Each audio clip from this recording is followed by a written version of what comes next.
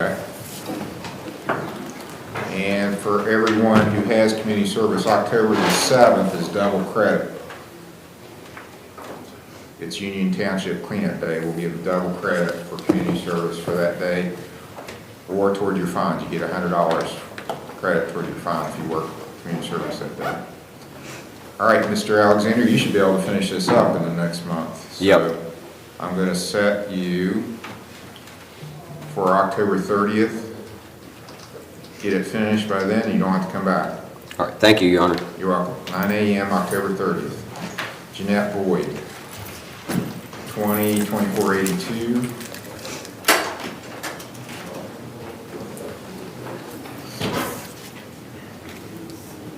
Your Honor, she turned community services this morning from the dog pound.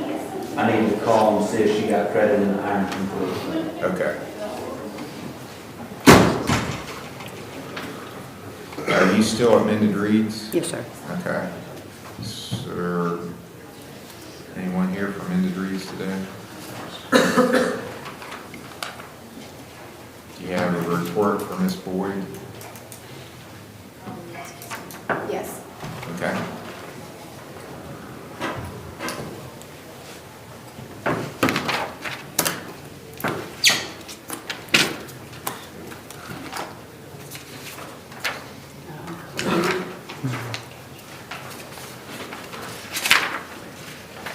Thank you.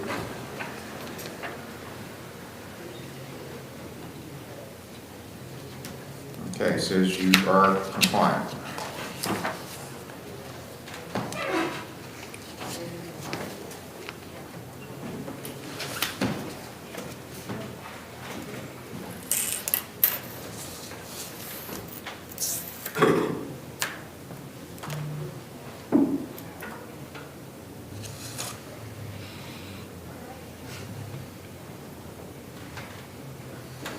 Okay, I'll set you for October 30th also, your next hearing.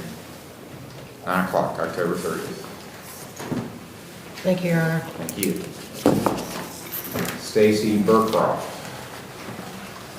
23459.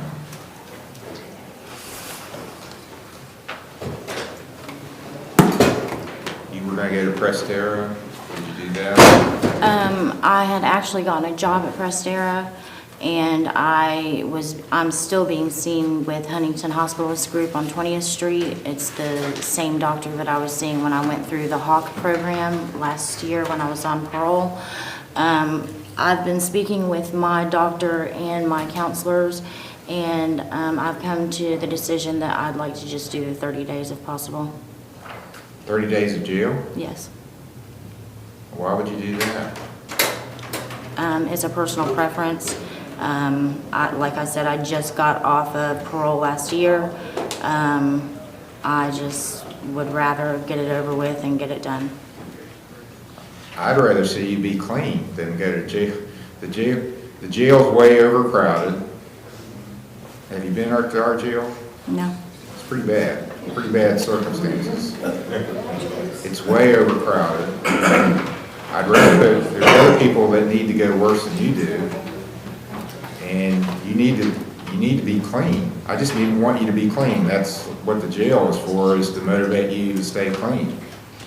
I want you to go do a urine screen. Last time, you had a dirty drug screen. Are you going to be dirty again this time? Yes. When you're working at I'm not working there.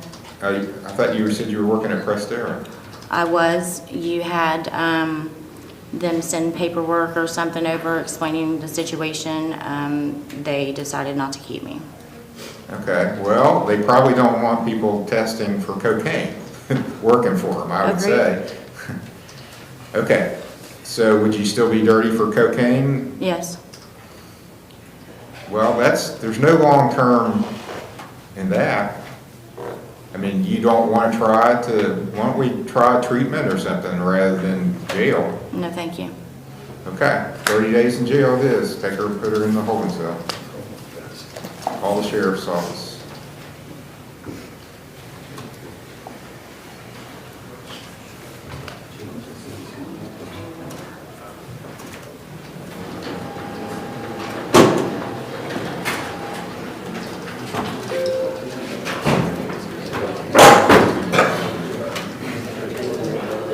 Okay, that makes no sense to me.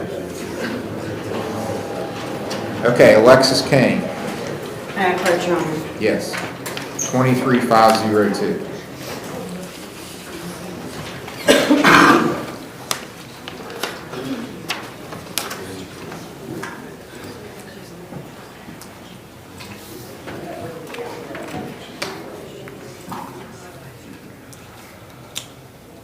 Okay, you had a good screen, there's stuff you're still working on, it looks like, so that's progress over where you were, right? Yes. So that's good. Look, I don't want people to go to jail. I try to, everything I can, to keep people out of jail, especially if it's a substance use issue, because we know from research, going to jail doesn't cure your substance use issue. In a lot of cases, it just makes it worse. So I want people to get clean, and I want to help them get clean. If they need a little help, negative reinforcement, like, you know, my mother did me with a switch, that's okay. If you get clean because you're afraid of going to jail, I'm all right with that. But at some point, it has to become you. It has to become your project. It has to become, you're becoming clean for you, your children, your parents, your family, your community. It's all for you, because I can't follow you the rest of your life. You gotta make it your project. And so far, you're on the right track. But I don't know if you made it your project yet or not, but I hope so. Okay. I want to see you October 20th. We'll make it about a month. So far, so good. Keep it up. Thank you. 9 o'clock, October 20th. Thank you, Your Honor. You're welcome. Daryl Campbell.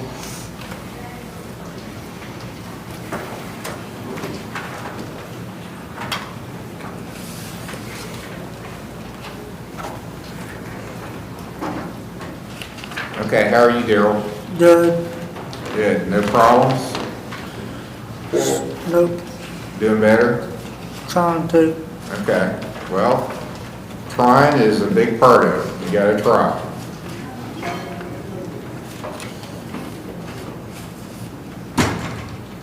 We want to keep watching him, or you? He's fine now. Okay, so we don't need to have any more review hearings. No. All right, Daryl, you're finished. Just keep doing what you're supposed to and don't cause your mom any problems, okay? Case is completed. Thank you. You're welcome.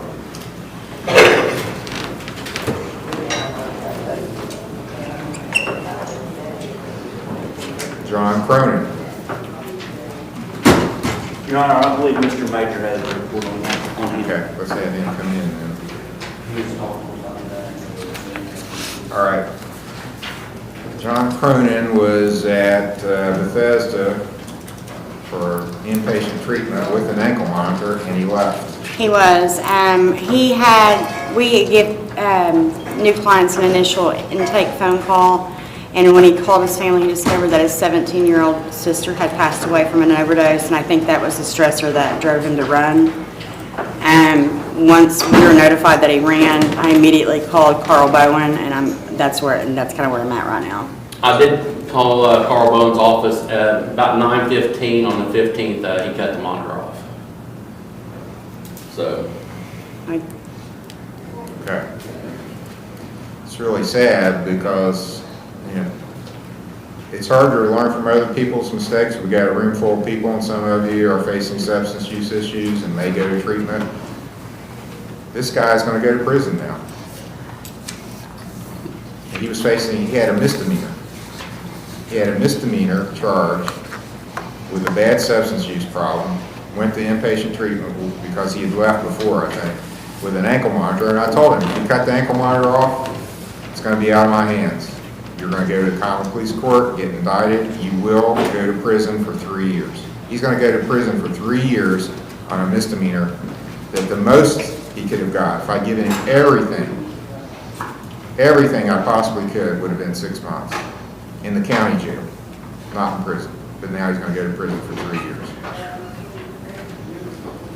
Okay, I'll issue a warrant for his arrest. God help him. Thank you, Your Honor.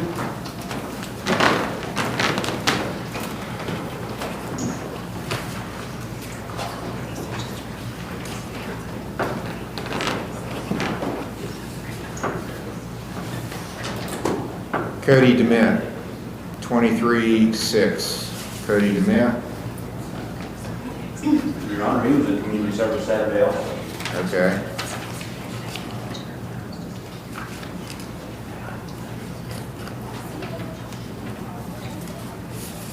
He has 7 days to come in before a warrant will issue.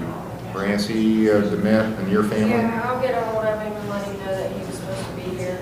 Okay, thank you. Andrea Ellis.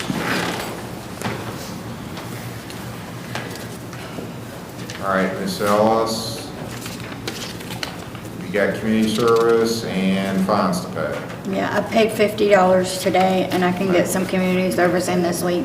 Okay, and you heard about the 7th, you get 2 days. Yes. So if you do 1 day this week and do the October 7th, you'll have your community service done. You're gonna Okay. get 2 days credit for 1 day. Okay. Okay, I will set you for October 27th, 9 o'clock. It's your next hearing. Thank you, Get it Judge. done before then, you don't have to come back. All right, thank you, Judge. You're welcome. Jeffrey Moore II, Brianna Morgan, Mark Oden, Shandon Pringle, Patrick Shanahan, Andrew Smith, Gretchen Smith, Jeffrey Trout, and Sarah Woods. Taylor, can you approach the bench, please?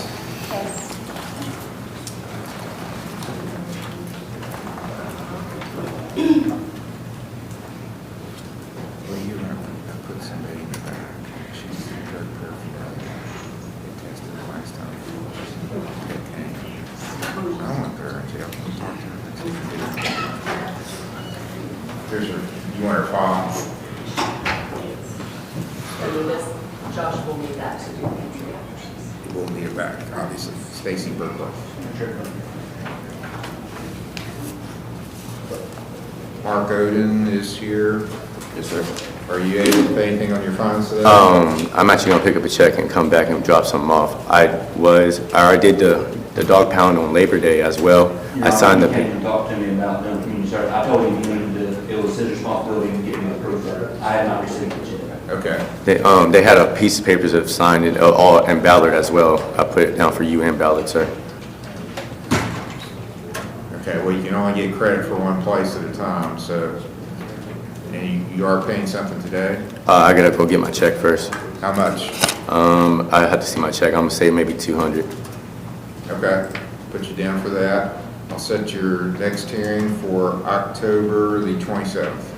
No, so if I call the dog pound and get verification, can I use that for $35, $50, would you say, a day for community service? You get $50 a day credit for whatever community service you did. And it was time and a half, I believe, that day, the dog pound, sir. You'll have to bring me proof of it, Yes, sir. and then I can call and verify. Yes, sir. Okay, once you get it finished, you can quit coming to these hearings. Yes, sir. Okay, October 27th, if it's done by then, you don't have to show up. Just verify that with either Mr. Cooper or Mr. Major that you're completed. Yes, sir. Thank you. You're welcome.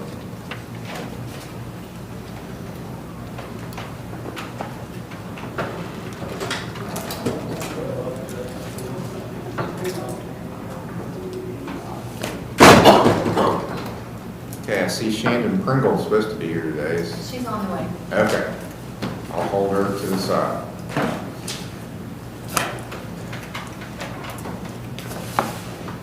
Jeffrey Moore. Is he not here? That's disappointing.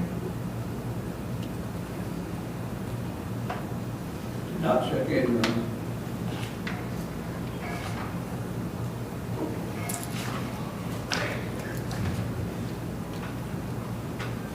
Well, let's see. Maybe he's completed. He did complete outpatient treatment with Southern Pope. Okay, so let's put this on my desk and I'll review it to make sure he is complete. It looks like he might be complete. Brianna Morgan. Brianna Morgan is not completed. She did pay her fines, but she still has community service, so it'll be a bench warrant issue.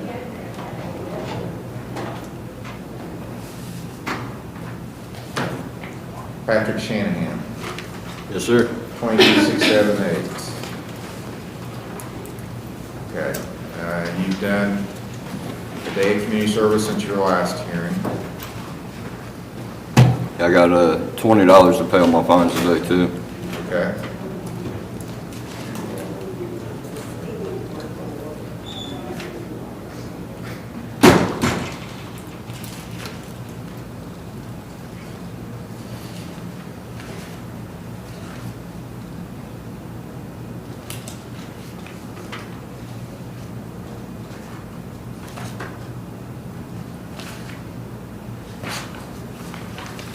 Can't see his entry on that side.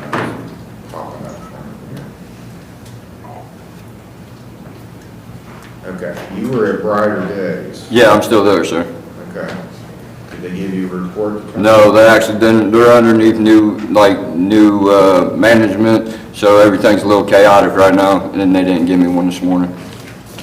Okay, I need a report on that because that was part of your order. Oh, okay. I could get one and bring it back to you. Okay? I mean, we're just right down the street, so I could go get it. Okay, I'll set your next review hearing for October 23rd. Give me a report in here. All right, I'll bring it right back. And you're paying 20 on your phone? Yes, sir. Okay, see the park for that. All right, thank you. Well, Andrew Smith. Yes. 18-10-7-8, 18-850, 18-605. Your Honor, this was turned in, I did not accept it. Who's this from? Oh, so is this Colgrove? Yes. I just see Bill Murphy's name. Well, that's got our phone number on it. Oh, okay. We need something, we need something on letterhead. Yeah, that's what it explained to me today. So were you doing this for the village of Colgrove, or how'd that work? Yeah, that's what I've been working on. I do approve of to do it at the Village of Colegrove, but I need something that needs to do with it. Okay, we need something more formal than that. It's all handwriting and it doesn't even, All right, I'll tell him. yeah, get him to put something on, I'm sure they got letterhead there. October 23rd is your next hearing. Are you paying anything on your fines? I got 20 I put on it today. Okay, take 20. October 23rd, 9 o'clock is your next hearing.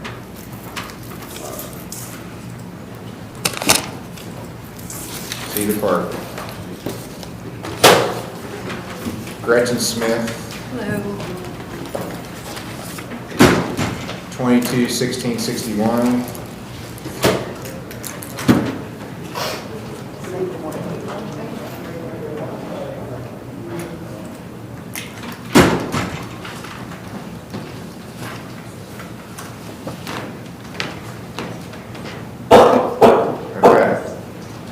Not much has happened on your case.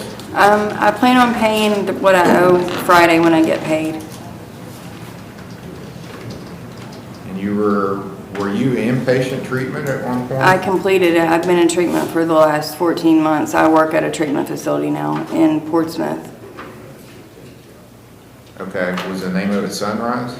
That's where I was at. I work at Scioto Behavioral. I still do outpatient at Sunrise.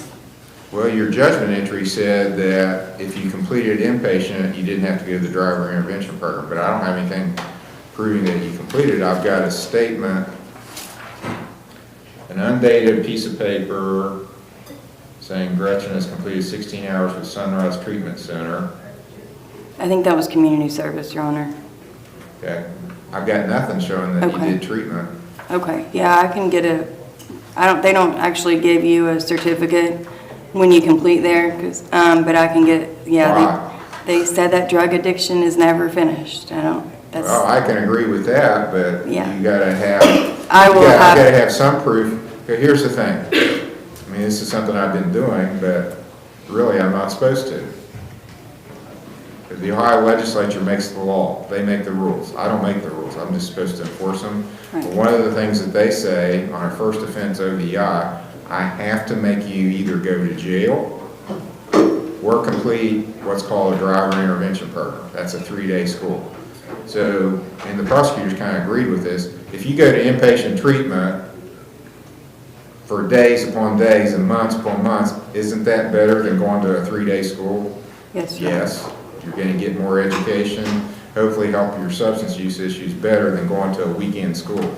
So I'll let you do that instead. But you don't have any proof that you did it. Okay, I So can if you call. don't, then I gotta make you go to the, I either gotta put you in jail, according to the legislature. I'm really not even supposed to let you do it in lieu of jail. I'm either supposed to make you go to the 3-day school, and that's gonna be $400 or $500. You have $400 or $500 laying around that you wanna spend on going to a weekend school? No, Your Honor. I Okay, can get something from them. all right, and it's gotta be legit looking, not something that is written on the back of a napkin.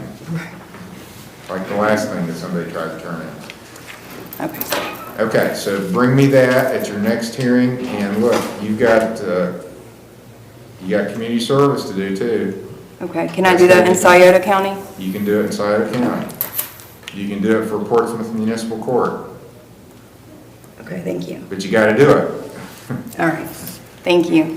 Okay, October 23rd is your next hearing, Thank you, Your Honor. 9 o'clock. Okay. You're welcome.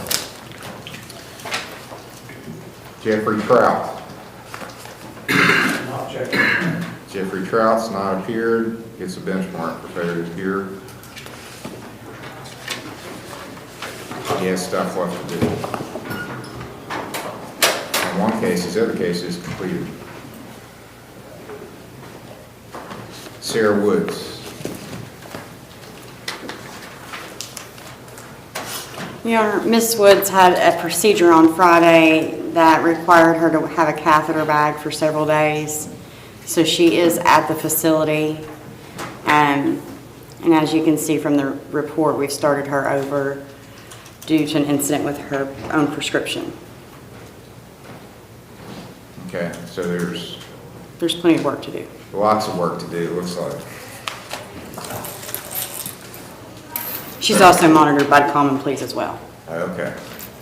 Well, I was gonna bring her in pretty quick then, but if they're, do you know when they will be looking at her again? She goes in every Monday, so this was a recent incident. She met with, Melissa was out of town last week, so she'll be in town this week, so we should know what their determination is. All right, I'll set it for October 27th, since they're gonna be looking at it on a weekly basis. October 27th will be your next hearing here, at 9 o'clock. Thank you, Your Honor. Thank you.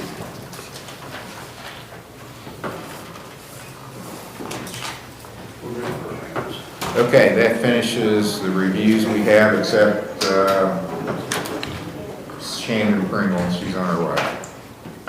She got a better attitude now? Oh, much better. Okay, good. All right, so these are the new cases or old cases. If you missed something that caused you to get a warrant issued, you'll get called with the arraignments. You have a right to remain silent. When your name's called, come up to the table to your right. If you blurt out something like just happened Friday, we had somebody on arraignment just blurt out and admitted half of what is alleged against them, maybe more than half. The prosecutor can use that against you. It's all being recorded, it's on the record. In the law, admissions are a big thing. If you admit something, they don't have to prove it, you just admitted it. So you don't have to say anything, but if you do say stuff, it's on the record. You have a right to have an attorney. You have a right to have a lawyer appointed if you can't afford one and you meet the financial guidelines, and I have to ask you about your income then if you ask for a court-appointed lawyer. You have a right to bail, to make the state prove charges against you beyond a reasonable doubt. If you decide to enter guilty or no contest plea, you're waiving all those rights you have as a defendant. You should not do that if you don't understand what's happening to you, if you want to talk to a lawyer, if you want to have a trial, or if you don't know what to do. Any of those reasons, if any of those boxes are you need to say not guilty when you're asked for a plea. Not guilty.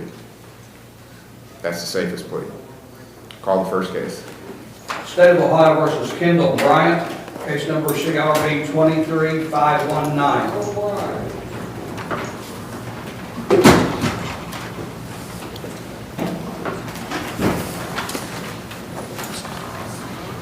Sir, are you Kendall Bryant? Yes, sir.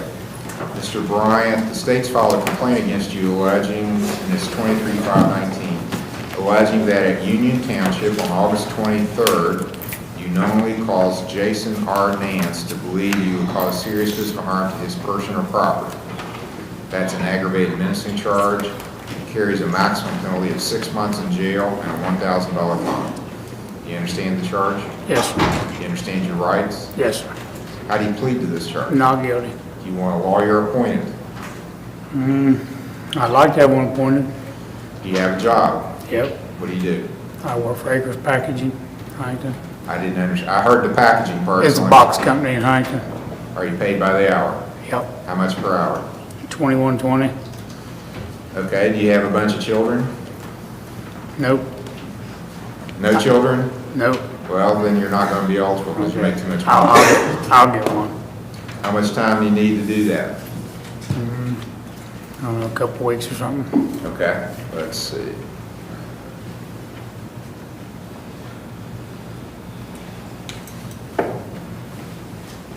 Okay, court's on Mondays and Fridays except the second week of October because that's a holiday on Monday, Columbus Day. So do you have a preference as to when to come back? No, sir, just whenever. Okay, I'm going to make it then the 10th, October the 10th. That's going to be a Tuesday because the 9th's Columbus Day. So court's on Tuesday that week.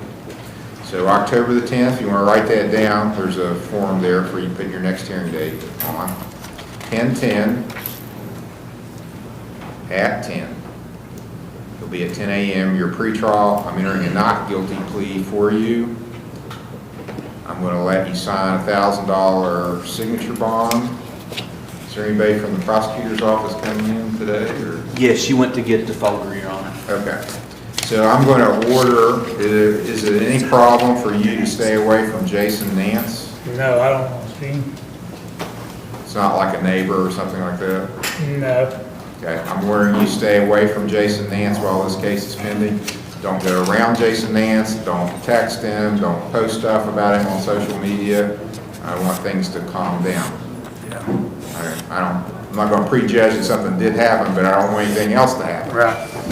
So They're pulling the folder right now, Your Honor. they're going to bring what's called a protection order that you're going to sign. They'll give you a copy, take it to your lawyer. Okay. It's just in order for you to stay more than 500 feet away from Jason Nance while this case is pending. So nothing else happens or is alleged to happen. Do you have any questions, Mr. Bryant? Okay. Sign the protection order, get a copy of it, then you're free to leave.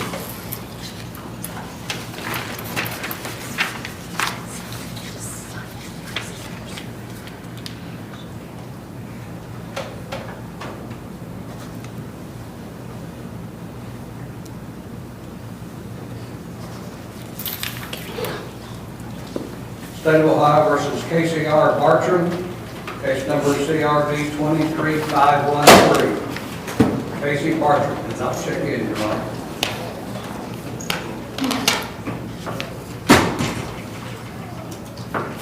Casey Bartram has two files, 23-5, 13-520.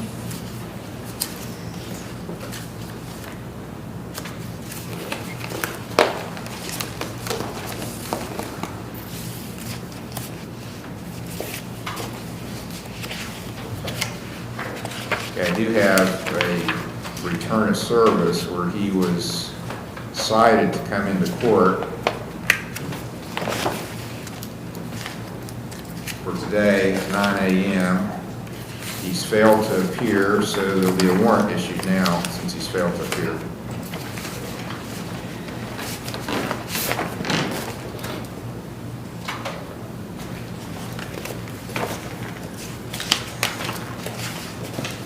That's on 23-520. On 513, I don't have any proof that he was served. I just have to make sure it's the right.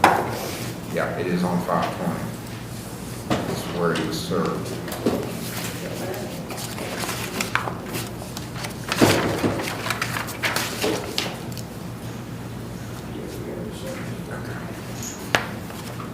State of Ohio versus Ashley Mays, case number CRV 23517.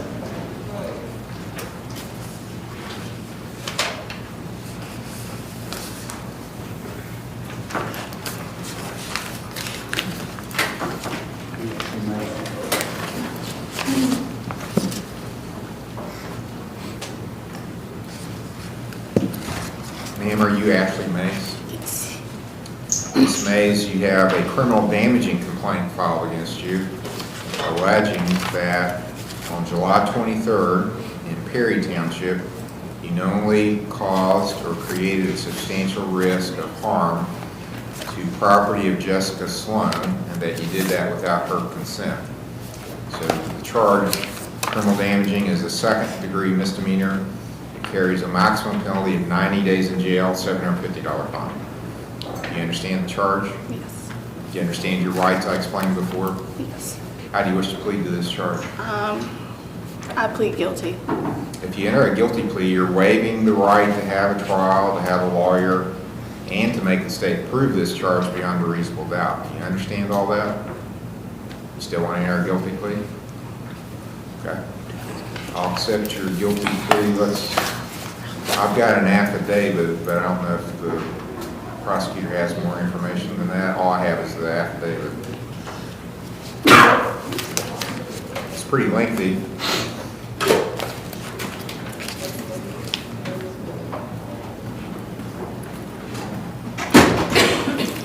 Good morning. Good morning. This is Ashley May. She's just pled guilty to a criminal damaging complaint. I wondered if you had a report you wanted to put on the record. No, it looks like the main issue, according to the victim, there is restitution, and we have an estimate that's been provided, and the restitution amount is $1,800. And that was for,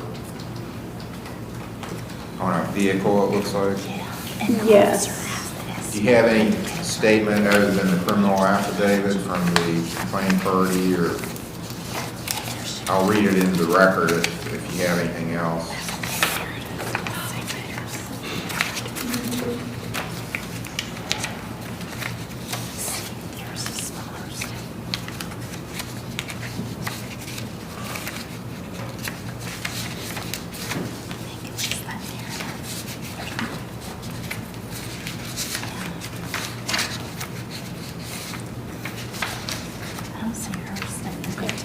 I do not see a written statement, Your Honor, so I believe,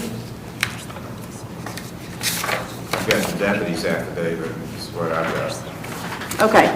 There is a written statement by the victim, and she says that on July 23rd of 2023, I received a message from Ashley Mays telling me to come outside to fight her. I asked her what she was talking about, and after a few messages, she sent me a picture of my car. After more message, she messaged me letting me know she had keyed my car. When I got home, I saw the damages and called the sheriff's office. Okay. Well, here's the way we can proceed. First, you have a right to make a statement if you want. On the issue of restitution, and if you agree, I haven't seen an estimate or anything. Do you have a written estimate? You have a right to see the estimate. In fact, we can have a hearing on the damages part if you want, and I'll make the party come in and testify as to what their damages are. I have to, if I'm going to order restitution, I have to do it at the same time that I sentence you, so I can't sentence you and then determine restitution later. I have to do it at the same time, according to our Supreme Court. So if that's what you want, then I'm going to delay the sentencing and have the other party come in and hear her testimony. Do you want to have a separate hearing on the damages? That's fine. You want to do that, or, okay. All right, so, you still want to enter a guilty plea after you heard she wants $1,800? Okay. I'll make a finding of guilty based upon the statement that's uncontested about there being damages, but I'll reserve on the issue of restitution. That's the amount that you'll have to pay, because I can order restitution up to $5,000 on a misdemeanor case, so they're asking for less than that. So let's subpoena Jessica Sloan to come in and bring her evidence as to what it's going to cost to fix her vehicle, or it did cost her. And then I'll make a decision on what I'll order you to pay. A couple weeks or more to get her in here, I think? Something like that? A couple weeks is plenty, yeah. Okay. Are you working, ma'am? Yes. What's your work schedule? I can ask off for whatever it is. I'll make it October 13th. So that's a Friday. And I'm going to set it at noon, so you don't have to come here and sit all day. It'll be an evidentiary hearing on sentencing for restitution.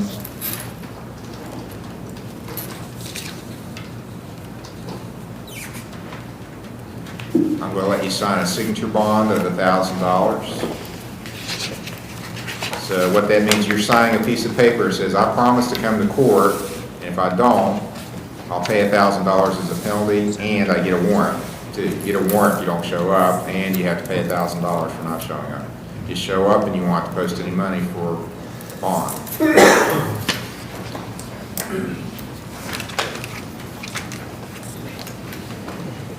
You have any questions, Ms. Mays? Okay, be back here on October the 13th at noon. Thank you. State of Ohio versus Evan Harmon, case number CRA 23457.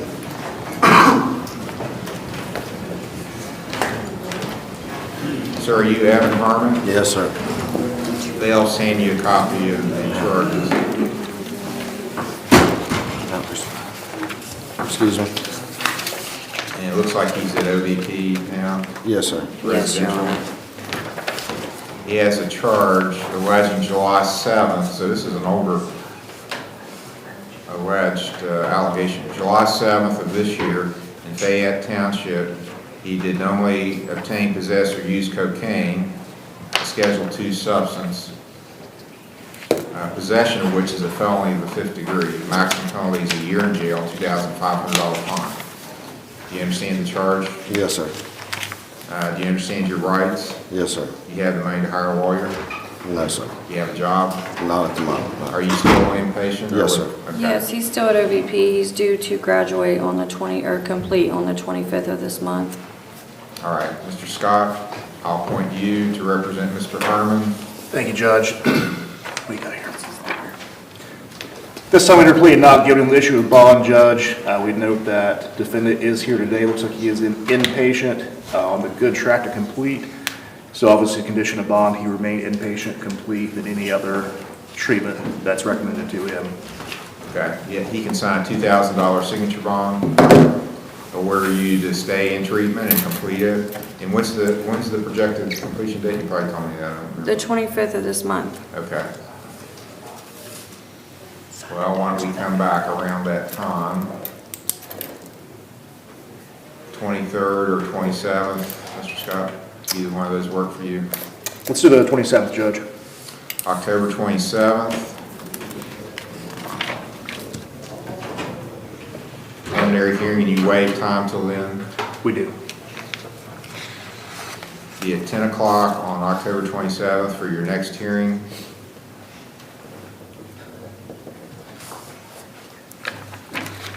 Any questions, sir? No, sir. Would you like to file, Mr. Scott? Court's file? Yes, Your Honor, so get copies made. Thanks. Hang on outside. Okay. Thank you, Your Honor. You are. Thank you, Your Honor.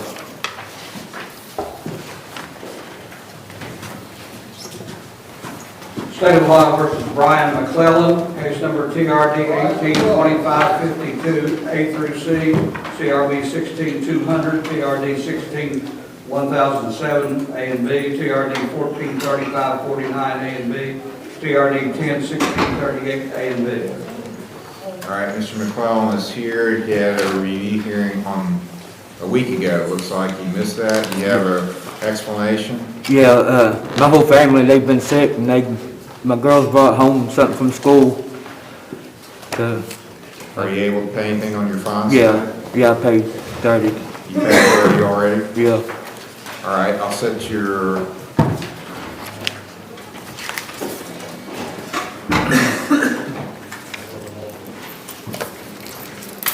next hearing for October 20th.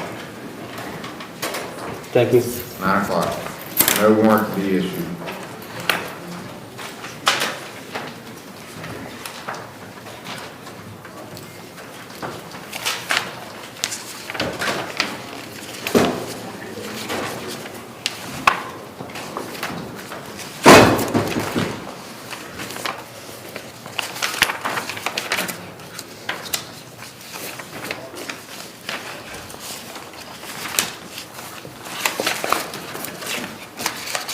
State of Ohio versus David W. Caldwell, case number PRD 07-1010.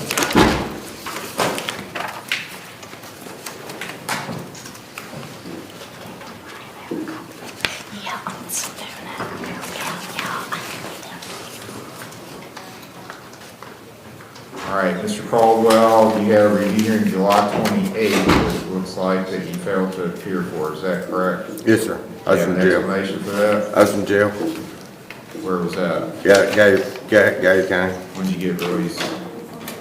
last week. Okay, I'll cancel the warrant. You still have some community service to do. And you got a $50 warrant fee now, so that's all you got left. So you can do, you heard what I said about October 7th, you get double credit that day if you can get out here and work on October 7th, that's a Saturday. Where at? Show up right here at 7:30 a.m. October 7th? Yes, sir. I'm showing you 4 days, so that'd knock half of it out. Okay, next hearing, cancel the warrant. Set your next hearing for October 20th, 9 o'clock. Get this finished and you can quit coming to these hearings. All right, thank you. Okay, free to go. State of Ohio versus Harry M. Rude, case number TRD 22-805 A and B, CRB 21-392 A and B.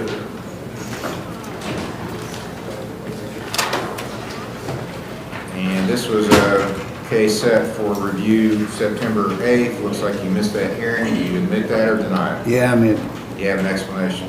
I just forgot about it. And I forgot about having court. Okay. And then remember? No, actually, I was notified yesterday to come in today. Okay. Can you make a payment on your fines? No, I haven't, I had my Social Security hearing, and they couldn't hear me very good. We got like halfway through the hearing on the phone, and they stopped the hearing. They're going to have to reschedule it, and they said it can take up to 75 days. They're supposed to mail me a letter. Okay, I'll cancel the warrant since you did come in. You can do community service on October 7th, get double credit, or any other time, get credit towards your fines. October 23rd will be your next hearing at 9 o'clock. October 23rd, at 9 a.m.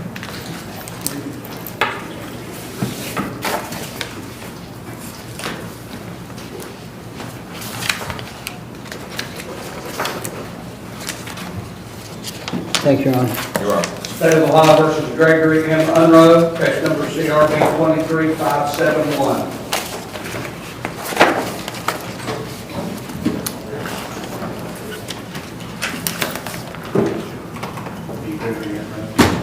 Gregory Unruh. That's you, sir? Yes, sir. You've got a menacing charge filed. It's alleged that on September 17th in, it says Crown City Township. I don't think there is such a thing. If it is, they've created a new one that I've never heard of before. Let's get the prosecutor and decide how we're going to handle this. It's either going to have to be Rome Township or it's going to be Gallia County.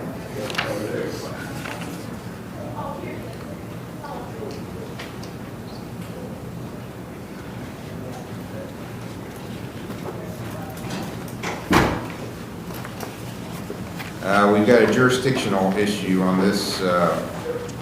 This is Gregory Unruh. The complaint alleges Crown City Township. There is no such thing as Crown City Township. There's a village called Crown City. It's actually located in Gallia County. But I think there's some mailing addresses that are Crown City that are over in Lawrence County in Rome Township. So this is a jurisdictional issue, so I can't proceed until we find out where correct jurisdiction is. Okay, You want to take a we'll look look at into it and then we can have it recalled. All right, Mr. Unruh, just have a seat. I'll let the prosecutor do a little research and they'll probably have to amend their complaint then. Okay. You'll be recalled. State of Ohio versus Edward Davis, Case number CRB 23-570, A and B, Edward Davis.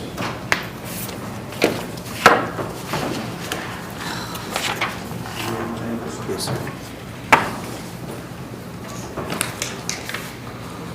And sir, you're Edward Davis? Yes, sir. Mr. Davis, it's alleged that Perry Township, September 17 of this year, by threat of force, you caused Thelma Davis to believe you would cause imminent physical harm to either her or her family. So the charge against you is that she is a member of your household or a member of your family. So that makes it a domestic violence charge. Yes, sir. I got two, I guess. Yes, there's an A and a B. Yes. The first one, A case, is a fourth, there's different kinds of domestic violence. This one's called a fourth degree misdemeanor, Okay. which means the maximum you face for it is 30 days in jail, $250 fine. Okay. And so is the B case, is a fourth degree misdemeanor. State's alleging same time and place, it looks like, but it's a different victim. It's a person, It's John Davis, sir. John Davis. Yes, sir. That you caused to believe you caused imminent physical harm to. So did they That's say a fourth degree misdemeanor also. did they say I touched him, or was it screaming, or? The affidavit says you were yelling and screaming.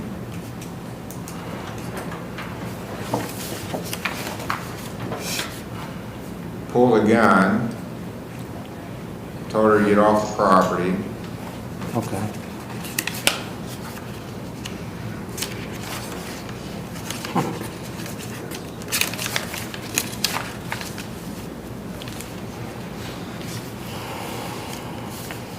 Said that you tried to induce a fight. I'm planning on guilty to that, sir. Okay, so do you want to be considered for a court-appointed lawyer? Yes, please. Are you working? Yes, sir. What do you do? I'm a janitor at Cold Grove during school. Well, I have to determine your gross annual income. Is that a full-time job? Yes, sir. You know what you make a year? I make about $16, $17 an hour. On a 40-hour work week? Yes, sir. So about $33,000 a year? Yeah, I think gross? so. Do you have children? Yes, sir. How many? 4. Okay, you're eligible for court-appointed counsel. I'll appoint Mr. Steyer.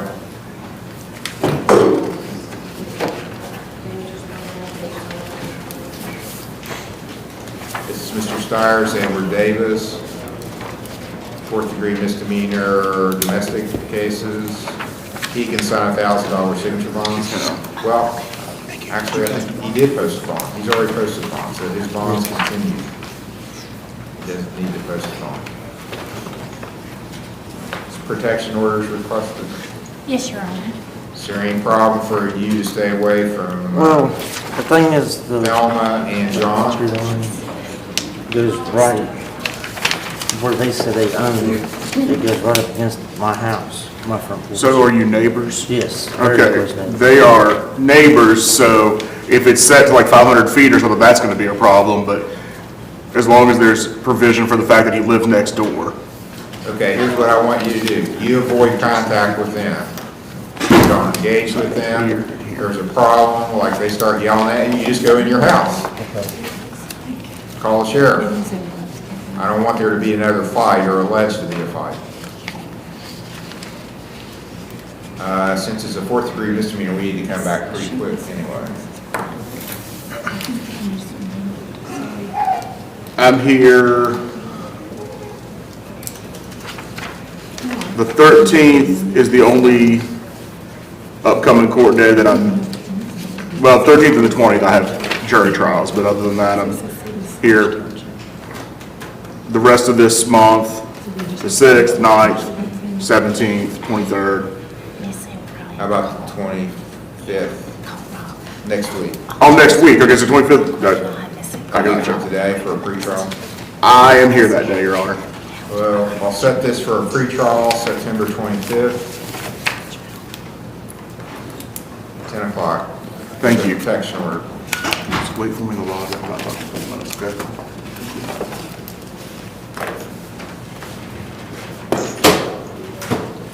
State of Ohio versus Naaman C. Cox.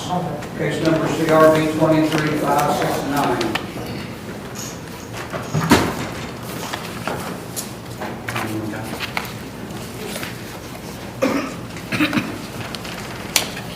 Okay, your name and Cox. Yes, sir. Mr. Cox, you're charged with disorderly conduct. The good news is they charge you with the non-jailable variety. There's two types, one's jailable, one's not. They charge you with the one's not jailable. So alleged that Mason Township on September the 16th, while voluntarily intoxicated, you engaged in conduct that created a risk of physical harm to yourself or others while being on the property of another person. So the maximum penalty for this is a $150 fine. Do you understand the charge? Yes, sir. Do you understand your rights? Yes, sir. How do you plead to it? Guilty. Guilty means you're admitting it's true. Yes, sir. All right, I'll accept your guilty plea. I've got an affidavit from the deputy, Horsbond, who says I was dispatched to an address for a male in a pickup truck slumped over, not responding. When I arrived, the male was in the backyard of the home. Vehicle was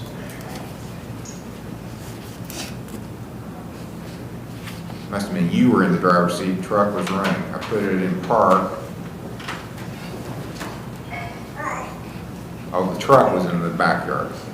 I put it in park and shut it off. The window was down. I could not get him to wake up. The male had a can of beer between his legs and a bottle of vodka sitting beside him, and another empty bottle of vodka in the passenger floorboard. A volunteer fireman came and removed the male from the truck and laid him on the ground. The EMS arrived. They tried to get him to talk, and he became combative, screaming. And I then informed him I was arresting for disorderly conduct because he was a risk to himself and others. He refused medical treatment and was taken to the jail. Okay, do you have anything you want to say? No, sir. Your Honor, if I may, Mr. Cooper pointed out Mr. Cox is on probation and has other cases. Okay. The court on the screen, we have the review hearing on September the 29th. I mentioned to Mr. Major a little bit ago that I need to speak with him today. You need to speak to? Mr. Major. Okay. I need to report to him all this stuff. It sounds like we need to get a handle on your drinking. Right? Do you agree with that? Obviously, due to what she just When you drink enough to pass out, that means you're drinking way too much. Can I get an agreement on that? I agree with you on that. Okay. And you've already had an OVI.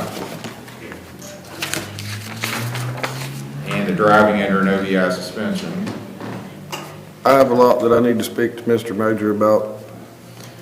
Okay, well, I'll let you go do that. I want him, see, you were ordered at one point to have treatment, so we need to, that was in the past on one of your prior OVI, so I think we need to revisit that.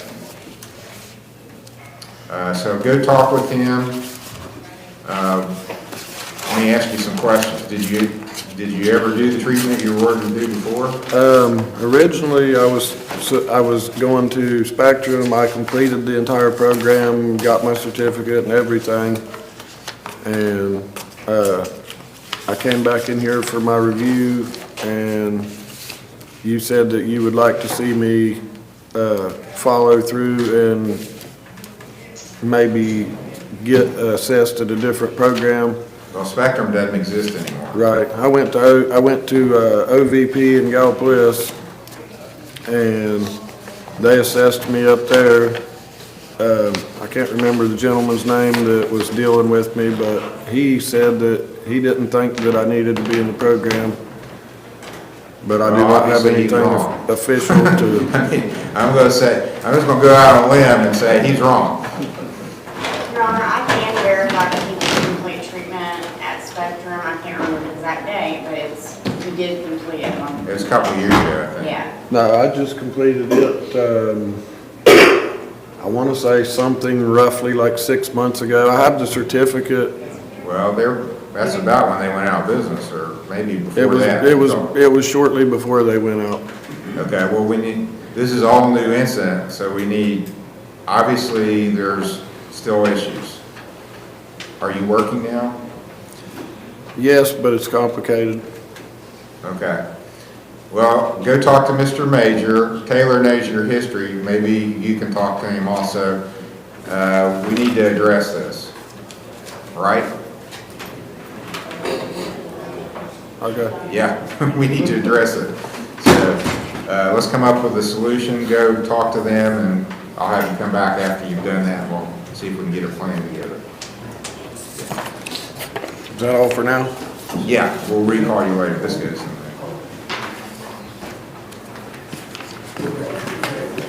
This goes in that file. What would you like me to say, Mr. Major? Tell them what's been going on. Taylor knows. She was in here, so she can tell them. Okay, we're going to go to the jail now for some teleconference. State of Ohio versus William C. Colmeyer at the Lawrence County Jail, case number CRB 22390, and Dolores Hill is on deck.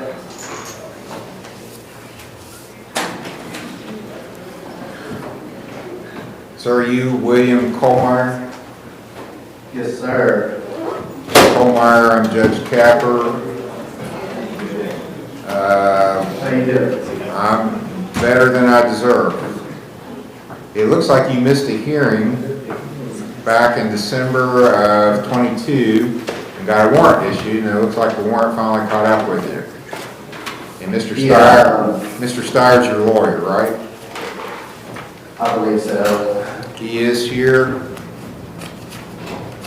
So what I'm going to do, we're going to have Mr. Steyer talk with you, and then we'll recall you your case after you talk to your lawyer. He'll call down and talk to you on the telephone. Then we'll recall you. Okay? All right.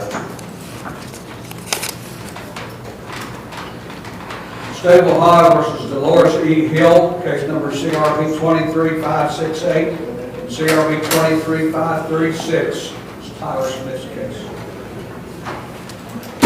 All right, we need Mr. Smith in the courtroom. Tyler Smith, Dolores Hill.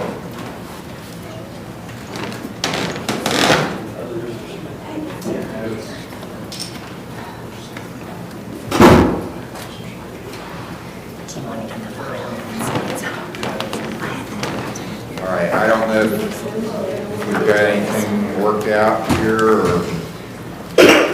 Yeah, unfortunately, I used up all my ideas on Friday. I don't know where we can send it. Okay. This must be, well, Maddie Hammond was the alleged victim on one of the... Yeah, that's my 6-year-old daughter. Okay. She is my sister. Or her sister. We're trying to find a place for her to get some treatment.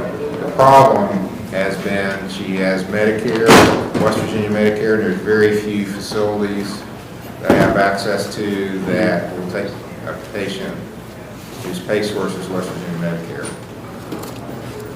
So that's kind of stumped us so far. I know she has it. I don't know.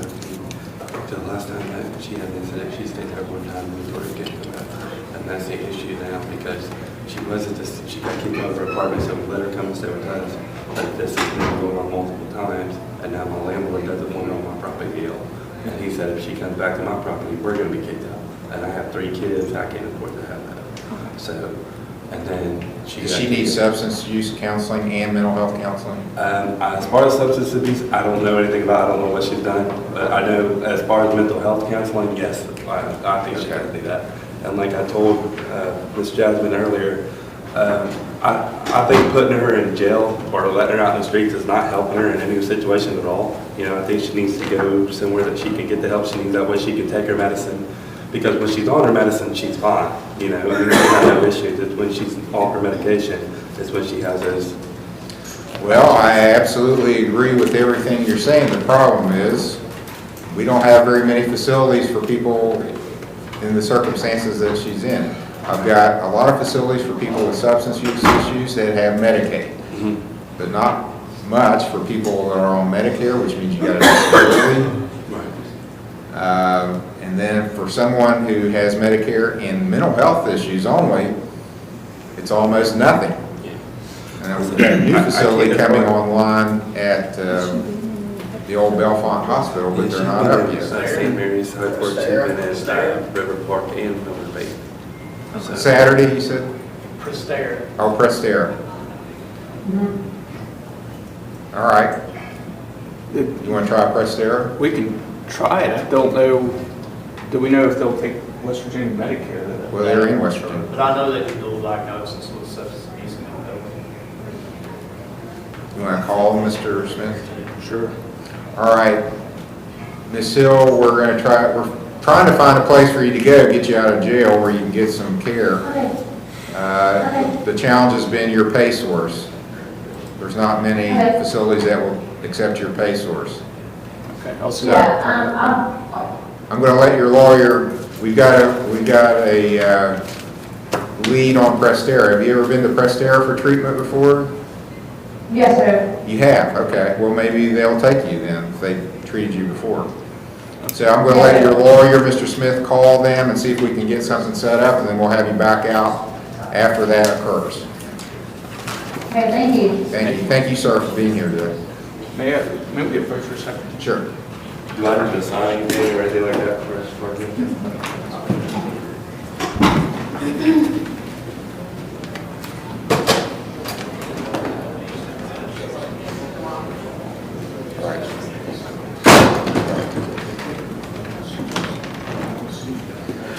More of the medical stuff in addition to substance use that take Medicare, the ones that are just substance use only, all that stuff that they take Medicare.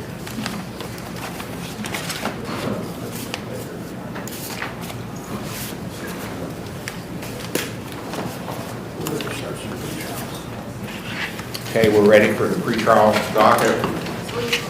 Is that, we'll have those to go back to the jail. State of Ohio versus Skylar R. Higginbotham, case number TRC 23936, ABC and D.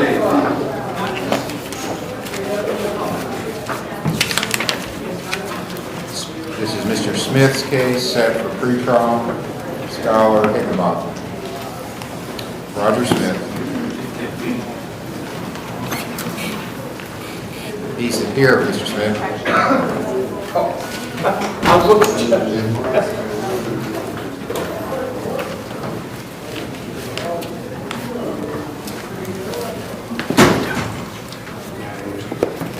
We had talked about this, Your Honor.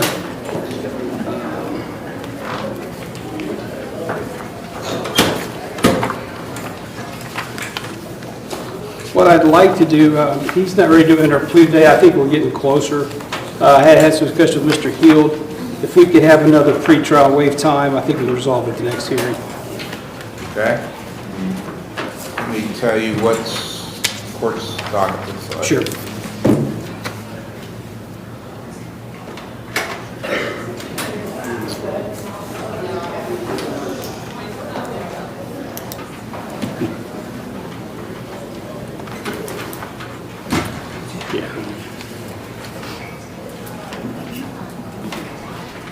The 10th, anything pretty much after the 10th of October is okay. I could do the 13th or 16th, whichever's better for the courts.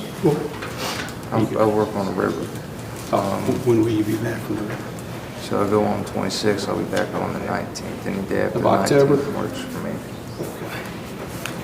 From the 19th until November 9th. Okay, he said from the 19th of October, November 9th, he works on the river. If I, No, that's whenever I'm off. that's Your when you're Honor. off. Well, yeah, you work on the river, but you'll be here. So you're available here October 19th to the, what day? To November 9th. So the 20th is okay?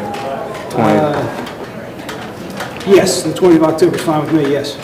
Okay, next hearing at the defendant's request is October 20 at 10 a.m. for pretrial. Thank you, Judge. You're welcome.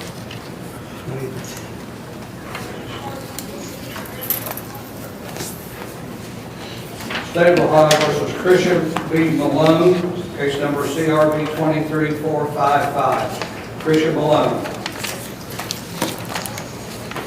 This is Mr. Smith's case, set for pretrial. It is, Judge. I think we have a resolution on this one, it being a 90-day continuance, dismissal at that time upon payment of cost, and the alleged victims would request mental health and AOD assessment, which she's willing to do, have an assessment done. A medical card or insurance? I've already had assessment done. But you gotta have it already done. Do you have a medical card or insurance? Medical card? Yes, I have insurance. Okay, so she'll bring some proof of that? Yes, Judge, and hearing? she has private insurance, and she will bring that to the hearing, yes. So mid-December, what's your schedule? I think it should be pretty much wide open. Let me double check. So,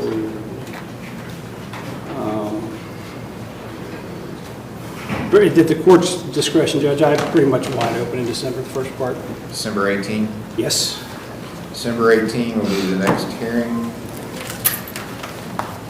Will be dismissed then if she's done counseling and paid the cost, and no further problems. Correct. And I will speak with Jasmine about some personal property issues, but that's, I understand the court doesn't get involved in that. Okay. If you'll wait, I'll talk to the victim advocate, so wait on me, okay? I'll be out there in just a minute. Want me to walk out? Yes, go ahead out in the lobby. Thank I'll be you, Your Honor. right there. You're welcome. State of Ohio versus Mary Johnson, case number CRB 23526. It's Attorney Roger Smith's case set for pretrial.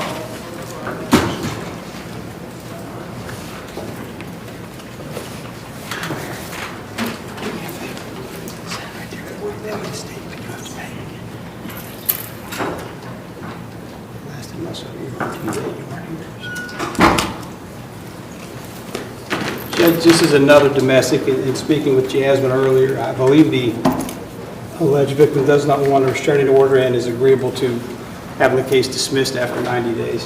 That is correct, Your Honor. We could use that same date if that's not too crowded. That's fine. I don't see a protection order was issued, so. Okay. December the 18th will be the next hearing. It'll be dismissed then if there's no further problems and costs are paid. December 18th at 10.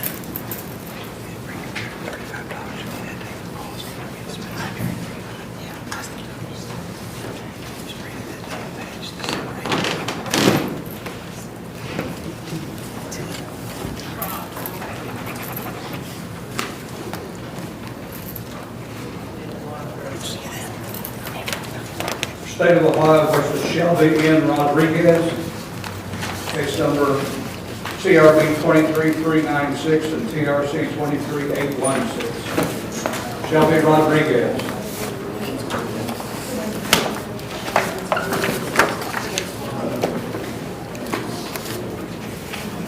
Mr. Smith's case set as a pretrial. It is, Judge. We just received the drug screen results this morning. I've not had a chance to go with my client. He's here. Where is he? Shelby Rodriguez. Just talk to him. Rodriguez, come into court. No answer, Your Honor. I literally just spoke to him. No. Guess we'll put him at the bottom of the Is he docket. He's here, yeah, I just spoke to him. Okay, we'll recall. He might be the out. docket. Yeah, sorry about that.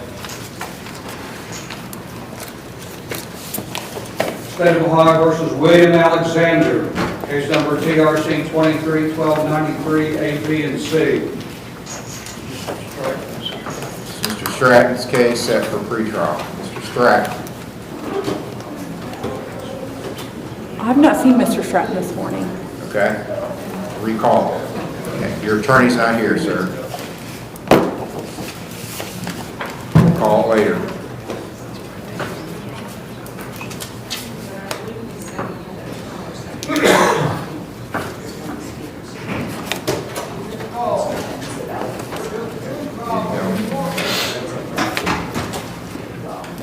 State of Ohio versus Ashley Burton, case number TRD 231075.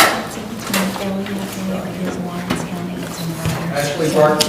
Mr. Steyer's case. pretrial from Ashley Burton. Your Honor, Ms. Burton contacted the court and then myself this morning. She is having, her car is in the shop. She was unable to get a ride in here. She tried to call to get a ride from somebody, was unable to secure transportation, so has asked for a continuance. The state is agreeable, however, we didn't pick a date because we figured the court, could pick a date that was convenient to the court. October the 10th or after? I'm here the 10th, Your Honor. Let's go with that date. October 10, at defendant's request, is case continued to for pretrial at 10 a.m. Thank you. You're welcome. State of Ohio versus Chase W. Rickman, case number CRB 23525. And TRD 23650. Did not check in, Your Honor. Chase Rickman. Your Honor, this case was to be dismissed upon payment of costs. And there was a completion of treatment element, but I wondered if costs had been paid.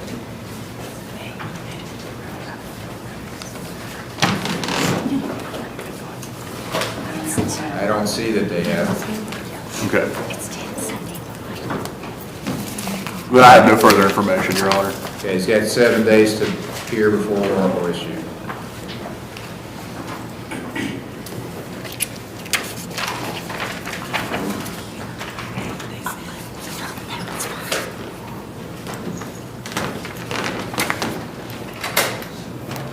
State of Ohio versus Stevie R. Ward, case number TRC 23922, A and B.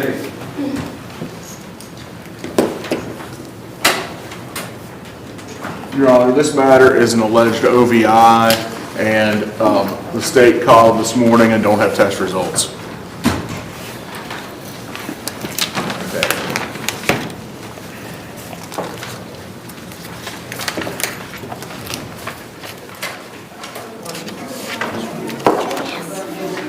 What's our time frame on this? I believe time runs on October 7th, so if we could reschedule this pretty quickly so we can check on the results.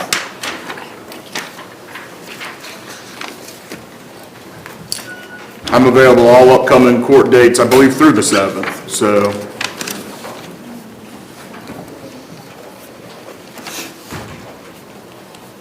Yeah, I'm here every court date between now and the 7th. Is the second too late? We'd have to set it for that Friday one, so maybe sooner. 25th or 29th. It doesn't make a difference. Do you have a preference, Mr. Sire? I have a little bit of a lighter docket myself on the 25th. September 25th, or 1 week from today. Okay, 1 week. Just write that down, please.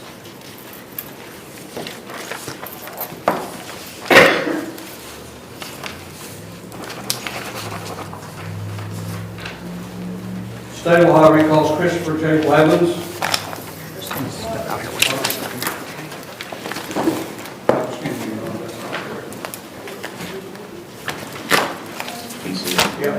State of Ohio versus Christopher J. Blevins, case number CRB 2286, CRC 21595, A and B, CRA 21162, CRB 19439.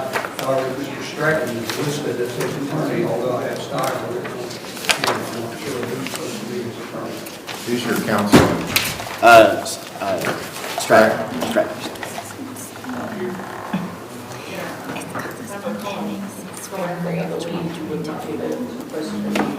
Okay, well, Mr. Stratton is not here. I do see your report. Looks like it's good, so. Yeah. We'll just wait for your lawyer. I'll make sure he is coming. I'm gonna text him. We've got another case that is on the docket today also, so we'll recall your case. Okay, thank you, sir. You're welcome. State of Ohio versus Austin L. Carmen, case number CRB 22254, CRB 20897.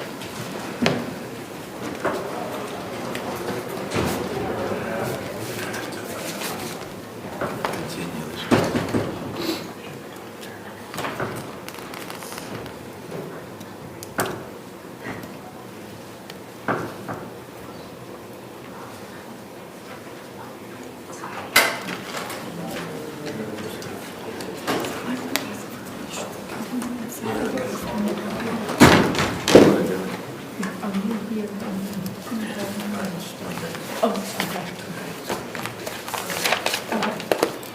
Honor, this is one where Mr. Heald, according to the file, needs to speak with the victim. So we would ask for just a short continuance in order to give Mr. Heald time to do that. Mr. Thompson? We're in agreement. Okay, I'll let you pick the date then. Anytime October 10th or after. Okay, so maybe that next Monday. Next Monday would be the 16th. Okay. Okay. October 16th for pretrial, 10 o'clock.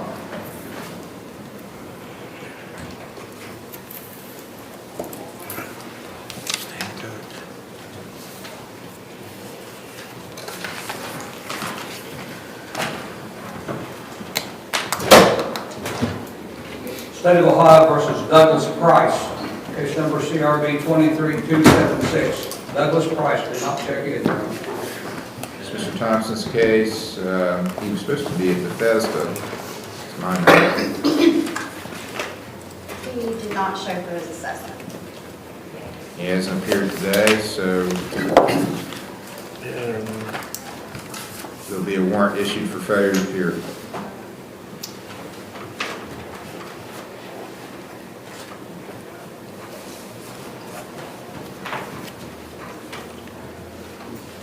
State of Ohio versus William K. Elkins III, case number CRB 23347.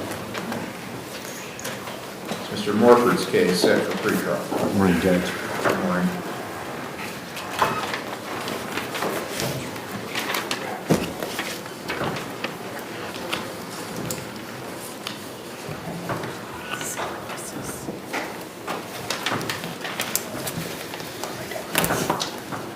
How are you feeling, Mr. Wolford?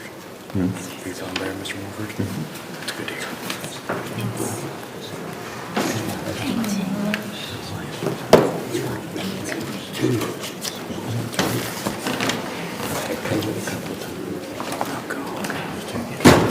Okay, looks like he's engaged in counseling and got a pretty good report. There's stuff working, they're still working on, but it looks like progress is being made. That's the way I would characterize it. Judge, he's doing, in my mind, pretty well. If you'll recall, that right before he was supposed to be here the first time, his house burnt to the ground. So he's had some stressors that would trigger somebody that's not as committed as he is. Okay. Yeah, that was back in July, I believe. Yes, sir. So, want to continue this on, Mr. Morford? Yes, Judge.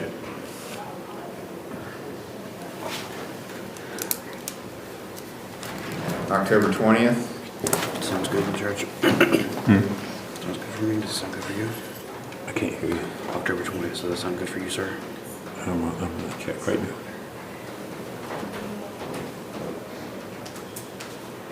I'm here then, Judge.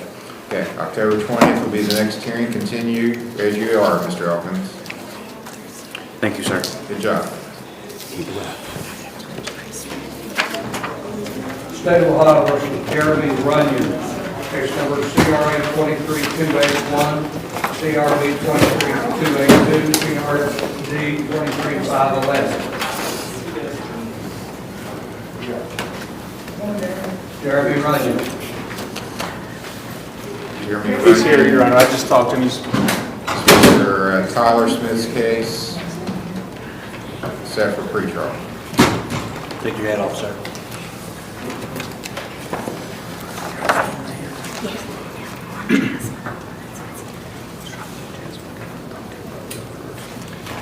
Your brother, he knows too.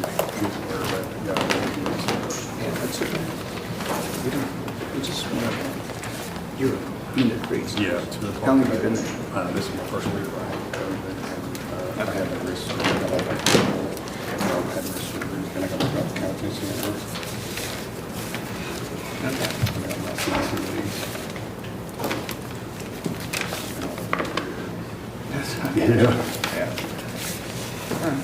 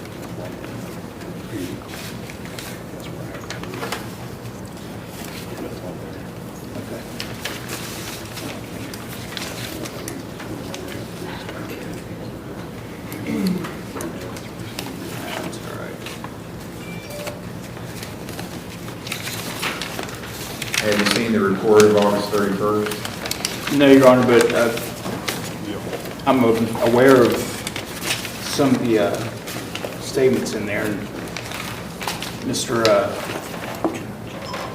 Runyon has advised me even before this was done that he was having issues at hometown. In fact, right now, you're currently employed with The counseling center. I got my CDCAs, I got my certification with me, and I work with my brother now on the weekends at a construction thing. And I did contact Tyler 3 weeks prior to this incident, and Roger Smith too. I even called him and talked to him, and I reached out to Philip and told him what he was doing. And I was just late to a group one time since I've been to this court, and I asked him when he discharged me that day, because I knew he was trying to, and that's why I reached out to my lawyer. And I asked him that day he discharged me why, and he never gave me an answer. He told me that it was several little things, but I talked to him in group that day, and he came home from home and discharged me at 7. And he even called my employer and tried to, say stuff about my treatment. But I got a house. I just got a house with my twins, my 4 twins, and my girl. We're back together. I just got it off Scott Evans, which I got paperwork from it. I did break my wrist 3 weeks ago, and I got to have orthopedic surgery on it. But the main thing is I was really doing really great. I don't know, me and that guy didn't get along, Chris didn't get along. And I did reach out to the lawyers weeks before this and let him know that he was trying to do that. And my little brother knows, he's never come to court, but he was wanting to talk to you too. You met with someone from Minute Oh yeah, and I start my outpatient. I was supposed to start it last week, but I had the COVID, which I got later. I start today at 2 o'clock, and I'm still at One Stop Family Medical Center counseling.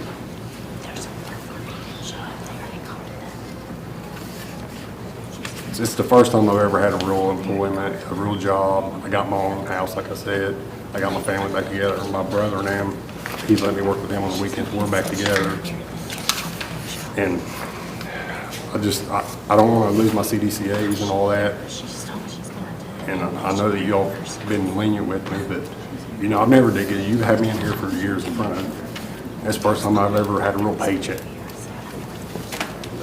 I mean, it really bothered me that this happened. Really. Your Honor, this is Christopher Runyon, the victim in this case. He also wrote out a statement for us as well, but I believe he would like to express to you that he wishes to drop the charges at this time. Okay. All right, I'll take your word for that, but there's a felony here too. Is that the domestic violence? Yes. Okay, that's the brother's the victim. Well, why don't we do this? Let's have Mr. Runyon do a urine screen today, then that'll help me decide what I want to do. So you think you'll be clean? Yeah. Okay, go do a urine screen and come back, and I'll decide how we're going to proceed.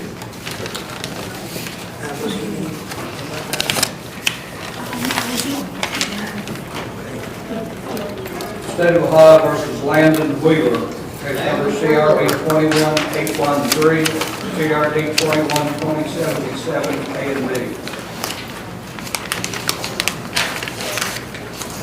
This is Tyler Smith's case. Mr. Wheeler's at Mendez. Yes. I don't have a progress report for him because his mental health provider didn't get it finished in time. But he has been compliant with everything. His last session will be this week, and then he will complete the program. Okay.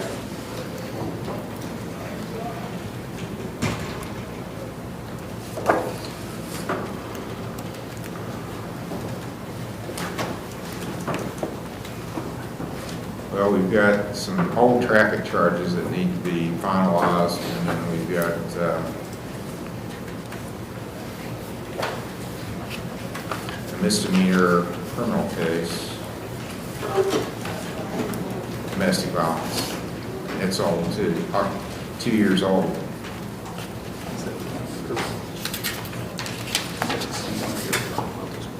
Yeah.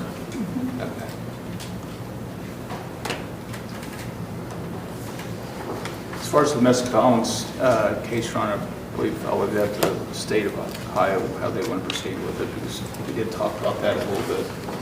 Okay. Yes, Your Honor, it looks like according to Mr. Heald's notes as well, the last time he has notes is from July 28th, and those notes indicate that he would be okay with a dismissal after 90 days upon completion of treatment and no further issues. It's my understanding at this point he has been compliant and there have not been any issues that we're aware of. So you're agreeable, that's on 21-813 to dismiss it? Correct. Okay, that case will be dismissed due to his substantially completing his treatment. Now, he has traffic matters that we were just continuing for sentencing. I think we should just go ahead and complete those also. That's fine. It was a driving without a license and no safety belt. Have you gotten the license back, or? No, I'm in the process of trying to get them back and everything right now. I gotta pay, I owe Colgrove they told me just to bring them $1,000 and then they'll remove the blockers. And then I gotta go make a payment over in Kentucky on it and they'll remove the blockers so I can go through to start getting them back. Okay, well, I'll just go ahead and send, I think you'd already pled guilty, we were just delaying sentencing. Yeah. So on the A cases, it's 21-20-77A, $50 fine, that's the no operator's license. Safety belt's a mandatory $30 fine. One court costs, and I'll give you until December, the day after Christmas. You got until December 26th to pay it. It's what we call a final pay date. So I'm not putting you on probation or anything. You've got till then to pay it. If you don't pay it, then we send it to them B&B as a forfeiture, and your license will get blocked further. You won't be able to get a license. Any questions, sir? Is that all I have is just the traffic one? You got a 50 and a 30 and a court cost, so. Alrighty. And if you want a copy of the judgment, you can get it from probation. I'm not putting you on probation, but they can get you a copy of it, or you can look online. Alrighty, that's fine. Okay, that's all. Thank you. Thank you. You're welcome.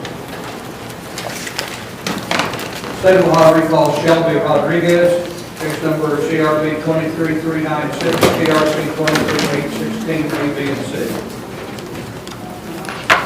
All right, this is Mr. Smith's case set for pretrial. It is, Judge. I was just able to receive the urine screen results this morning. They were emailed from the patrol post here to the prosecutor's office. I would ask we come back in a couple, 3 weeks so I can discuss the case with my client in light of the results. I'm here the 13th or 16th of October, or the 2nd or 7th of October. Let's make it the 13th. 13th. October 13 will be the next hearing for pretrial at 10 o'clock. Okay. We'll sign a time waiver.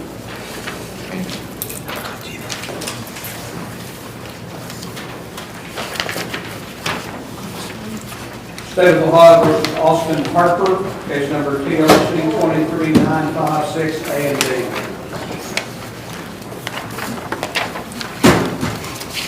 Mr. Harper, have you hired a lawyer? No, sir. I was going to help get the information I needed to, but then some unexpected expenses came up and I wasn't able to do so. Okay, so how do you want to proceed, sir? I'm probably just going to accept the charges. I'm sorry? I'm just going to probably accept the charges. Well, this is a case I don't know that there's a defense, but it's a fairly low test score, so you might be advised to talk to a lawyer. Could I possibly get another court date until I could get a lawyer set up? Yeah, I'll give you one more continuance. Okay, I appreciate it. Are you working? Yes. Mondays or Fridays? Monday would be better for me. October 23rd. 10 o'clock will be your next hearing. And that's at your request. So I understand you're waiving time constraints. You have a right to make the state bring the case to trial, but you're the one asking for the continuance. Yeah. I appreciate it. You're welcome.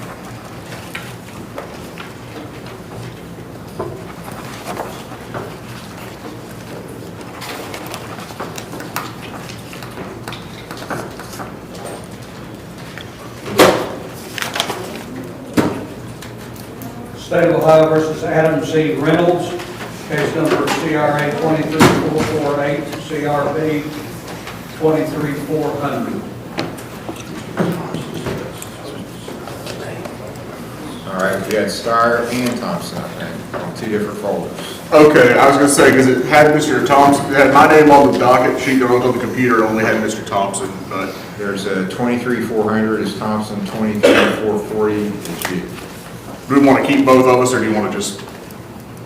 I think what happened, probably got arraigned on two different days. Yes, it was, but they were close in time. Mr. Thompson can handle both matters if that's. Well, one of them's a felony. I don't think he does felonies. Okay, well, in that case, then I'll stick around. How do you want to proceed? Well, on the other charge, the one I guess that I'm on, the officer stopped in here earlier and said that Mr. Reynolds was doing great work in cleaning up his property, but probably needed another month. And I believe that's actually the one I'm on. Are you on the open dumping? I believe so, because that's a felony. But that is correct, Mr. Seth Summers did show up today. He said that he said good progress we had made. He's satisfied with the progress, but there's still more to go, and said that he'd be agreeable to give it another month to get it cleaned up, and we would be agreeable to continuing the case for another month with the intention that he work on cleaning it up in that time frame. About a month out is the 16th, which I'm already on the docket for, if that date works. And then I don't know what's going on with Mr. Thompson's case. That's the menacing. What's going on with that? We need to continue that because I thought I was on the other one. Okay. All right, October 16th on both matters for pre-trial and preliminary. You call me this week. You call me this week. That's perfect. Saturday. Thank you. You're welcome. State of Ohio versus Andrew Curry, case number CRA 23464, AV and City, CRB 23463, CRB 23291, CRB 2361, CRB 22391. And Your Honor, we have Bethesda here who is presenting a report.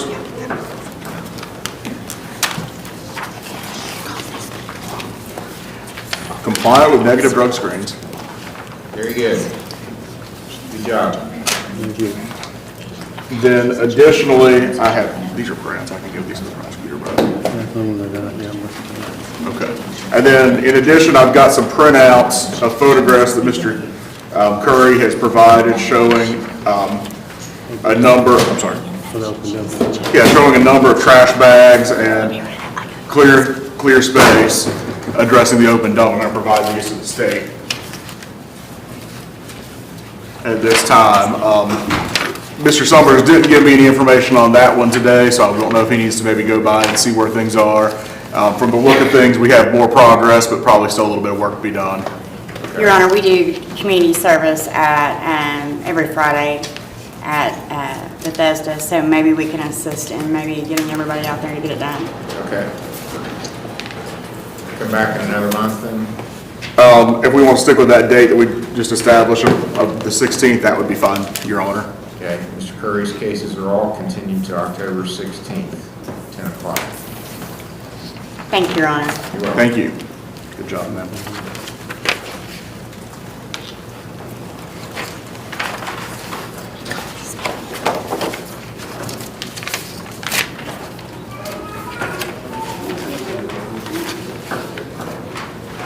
State of Ohio versus Bob Johnson, case number CRA 23235. This is Mr. Steyer's case for preliminary hearing.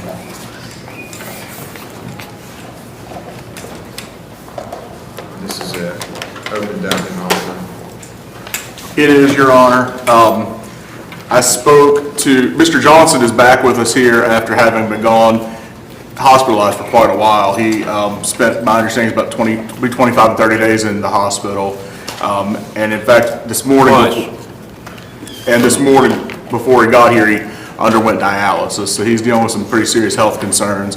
At this point, we haven't really made any progress on the cleanup because he's been hospitalized and now in dialysis. He doesn't really have the energy and ability to work on the matter. Now, his son had volunteered to help out with that matter. I spoke to him this morning. He has not been able to do that between work and dealing with hospitalization and things of that nature, but he does still intend to address the issue. So at this point, all I can really do is ask for more time and hope that the state's agreeable. Any objection from the state? No, Your Honor. October 16th.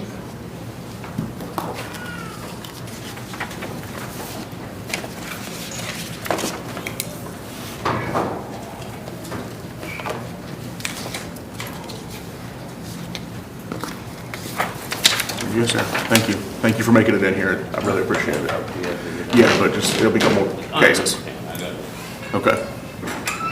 State of Ohio versus Pat D. Maynard, case number CRA 23531. Steyer's case, Your Honor, it's my understanding the state wishes to continue this, or take this case to the grand jury. Mr. Maynard is out on a bond. We'd like to preserve that bond, and for that reason, it's our intention this morning to waive preliminary hearing. is that correct, Mr. Maynard? Yes, sir. You'll need to sign a waiver. He also, Your Honor, has a warrant on PRD 231138. Do you have that file? I do not. I wasn't aware of that. Let's pull up, there's a misdemeanor issue, so let's pull it and we'll do There was a misdemeanor attached to this felony that I assume will also be joining it at the. This is a traffic matter, it might. No, I think that's a separate issue probably, but there's also a misdemeanor that's attached to the felony. Domestic violence is the other misdemeanor. And I believe that would be knowledge of the grand jury to go along with the felony. But this other matter, I wasn't aware of. Let's pull up the traffic one, get the file out. Sorry. Right there was the defendant, sorry. Yeah, no, that's judge, this defendant. It's a driving in violation of restrictions on his license. Thank you. May I approach? Yes. Go ahead and tender the waiver on the other matter. Has he put a rate on this other matter, or is it? Don't believe so.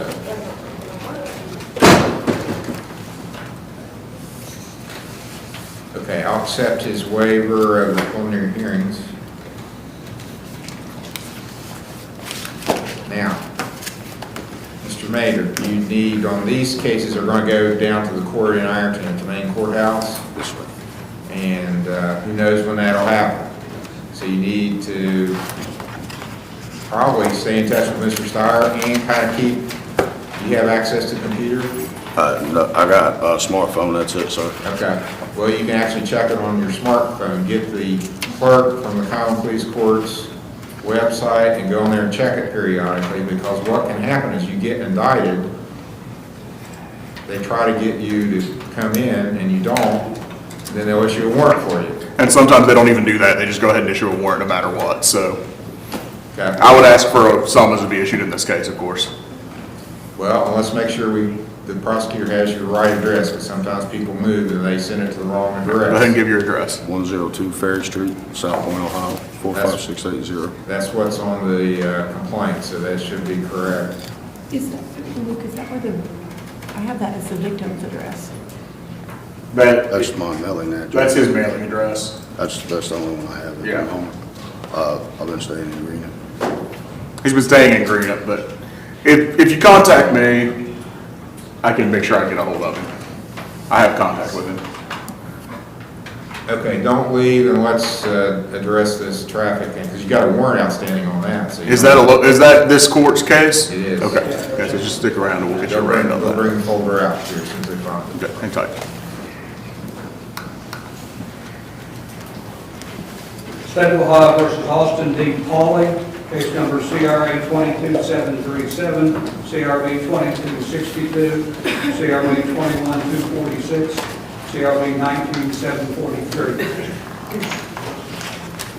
Mr. Steyer's case? Now, approach, Your Honor. Yes.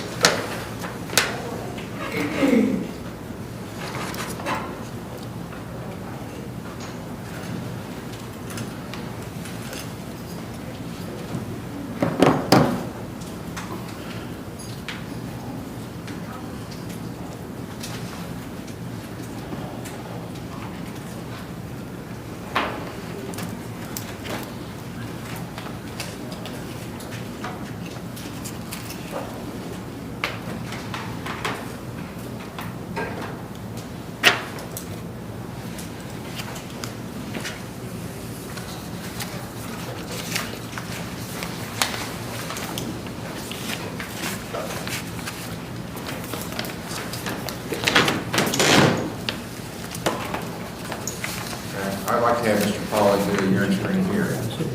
Thank you, Your Honor. Let's have a recall that to Okay. get the results.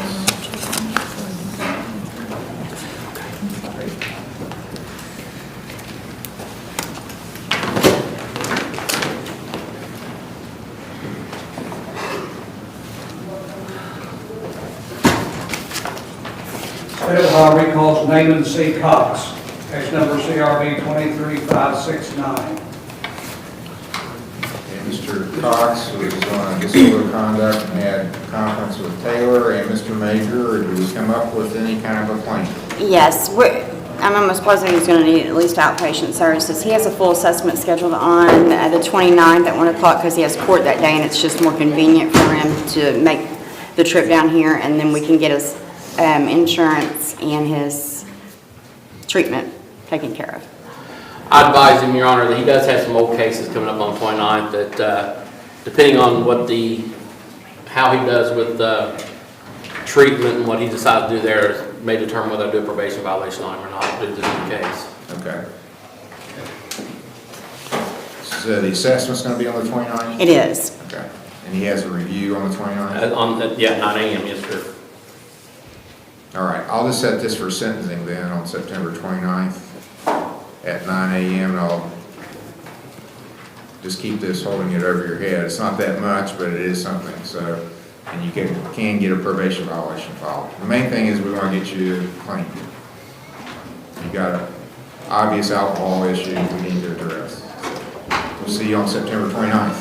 Thank you, Your Honor. State of Ohio recalls Pat Maynard, case number TRD 231138, A and B. All right, you're Taft Maynard, and it looks like you had failed to appear on August 28th for an arraignment. And this was here in this court. It alleges, there's a complaint filed alleging that on August 21st at 3:39 p.m. in Perry Township, you were driving with a suspended license. That's a first-degree misdemeanor, maximum penalty 6 months in jail, $1,000 fine, and that you were not wearing a safety belt. That's a mandatory $30 fine. Do you understand the charge? Yes, sir. And you do understand your rights? Yes, sir. How do you plead to this charge? Guilty, sir. Guilty means you're admitting it's true, you're waiving your rights to have a trial in law. Do you understand that? Yes, sir. Do you have an explanation for not coming to court on August 28th? I was working with special need young adults with initial independence, and I couldn't leave because nobody came in to release me, and I couldn't leave him there by himself. And I was sitting at his house probably for about 48 hours straight, sir. And when my fiance finally got in contact with her employer, they had somebody bring her down to relieve me, and by that time it was already past court time, sir. Okay. Well, you should have come then after that, the first available court date, rather than just blowing it off, because you've had a warrant outstanding. You could have got picked up any time on the warrant. The officer says, well, and this is Trooper Branham, OSP, says sitting stationary US 52 near milepost 14 and check the defendant's speed above the posted speed limit. When he passed my patrol car observer, he didn't have a safety belt on, which he admitted to, and did not have a valid license. Okay, anything you want to tell me about it? I was just running late to get my daughter off the school bus that day, sir. Okay. I was 15 minutes late there, and he gave me a ride onto the house to get my daughter off the school bus. It looks like your suspension is out of Boyd County. Did you have a ticket over there in January that you didn't pay or something? I'm still paying on it, sir. Okay. Well, it actually looks like it got released May 2nd. The offense was actually in November of last year. Let's see what if you got other things that are holding up.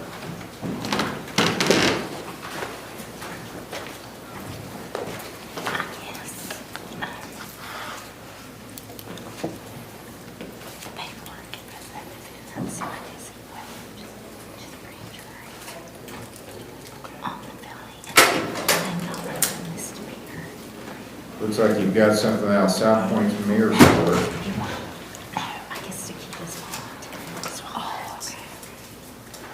Maybe a couple things. Have you got things there that are unresolved at South Point?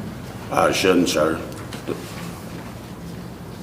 They was paid in full. I think I still got receipts for that. Okay. Let me do this, because this is old. August 22nd. Let me get an updated report and see if they're still showing you suspended. Yes, sir. So have a seat and I'll have Mr. Cooper run this and get another report. I need a driving record for Taft Maynard to see if he's still suspended. Yes, Your Honor. Thank you.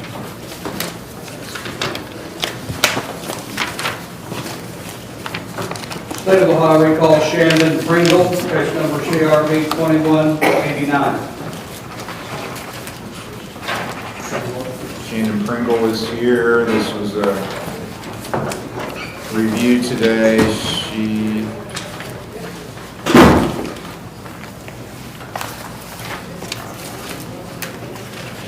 is that Restoring Hope? Yes, ma'am, French. Yes.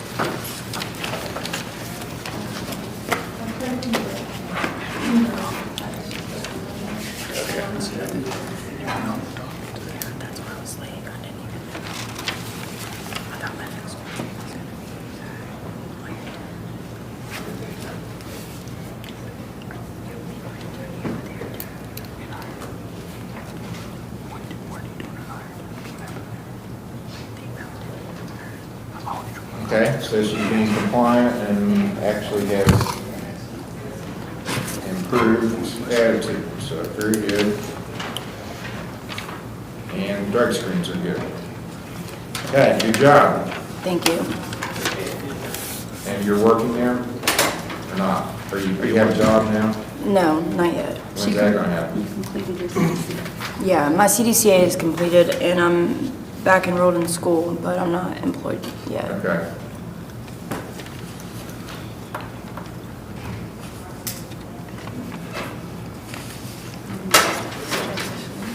All right, I'll set your next review hearing October 30th. Yes, sir. Okay. Good report. Thank you. Sorry. Thank you. That's a 9. 9.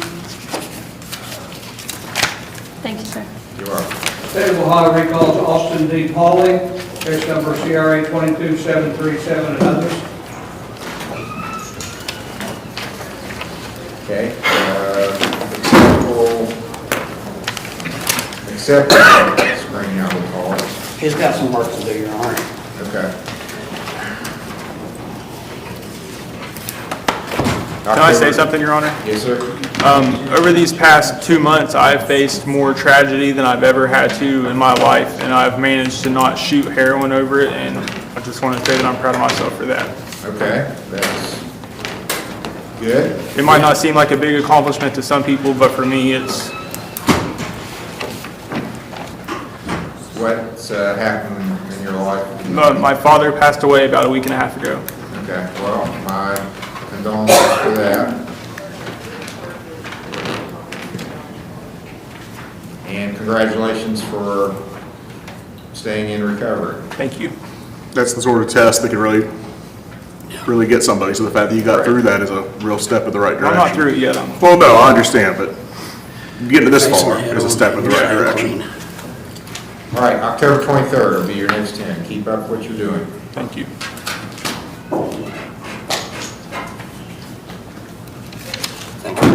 You're welcome. State of Ohio recalls Taft Maynard, case number TRD 231138 A and B. Okay, we're going to be still suspended. Do you want to try to clean this up, or how do you want to proceed? You want me to go ahead and sentence you, or you want to go try to clean it up and I'll give you less of a penalty? Your Honor, if I may, he has fines out of Kentucky and multiple tickets to South. Okay. Do you think this is something you think you can handle? I just need some time to get the scores and stuff started. Okay, he's indicating that he thinks he can get it cleaned up. I think that would probably be a positive result. How much? How long, did you see how many tickets there were? I mean, It's really only been 1, 2, yeah, we can't have stuff. well, he's saying there's some stuff in South Point, but Three. it says South Point says 3, but you can look into that and see. You may have receipts to show those are taken care of, but you have to go there and take care of that. Before you come back in about a month, Your Honor. Let's make it a little more. Okay. How about November 3rd? Let me make sure I'm available that day. I don't see why I wouldn't be. I'm available that day. I'll set it for sentencing, November 3rd,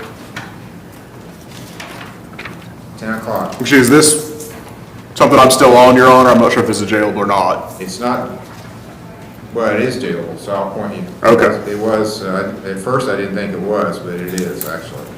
So I'll point you on it also. So we're going back November 3rd. Thank you. You're welcome. State of Ohio recalls Gregory M. Unroe, case number CRB 23571.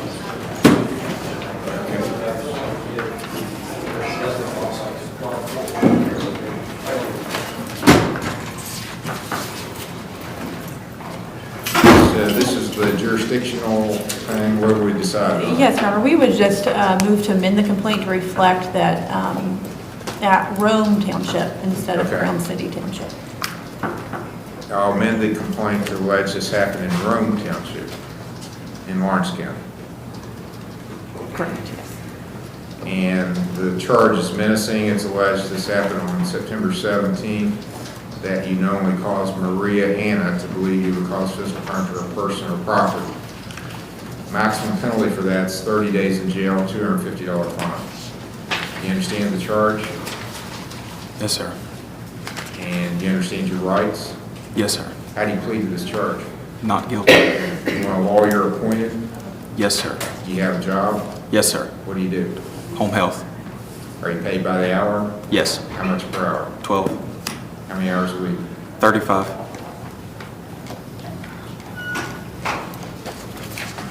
About 22,000 a year gross, is that right? I'm not sure. Okay, that's what my numbers come up to. Do you have any dependents? One. Okay, you're also for appointed counsel. I'll appoint Mr. Morford. Entering a not guilty plea. This is 4th degree misdemeanor menacing, so we have a pretty quick time frame on it.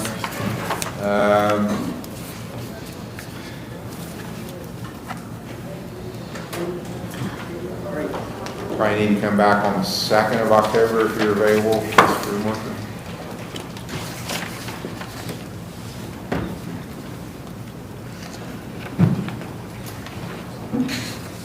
I'm here then, Judge. October 2nd. Pre-trial at 10 o'clock. He can sign a $1,000 signature bond. Is there a protection order requested? Yes, Your Honor. I'm wondering, is it a problem for him to stay away from Maria Hanna? Sir. Yeah, what? Can you stay away from Maria Hanna? Is that a big problem for you? Yeah, I can stay away. Okay. She's not a neighbor or living with you? It is a neighbor. Okay, well, you gotta just minimize contacts. Don't go around her or contact her. Okay. Yes, sir. Next hearing, October 2nd, 10 o'clock.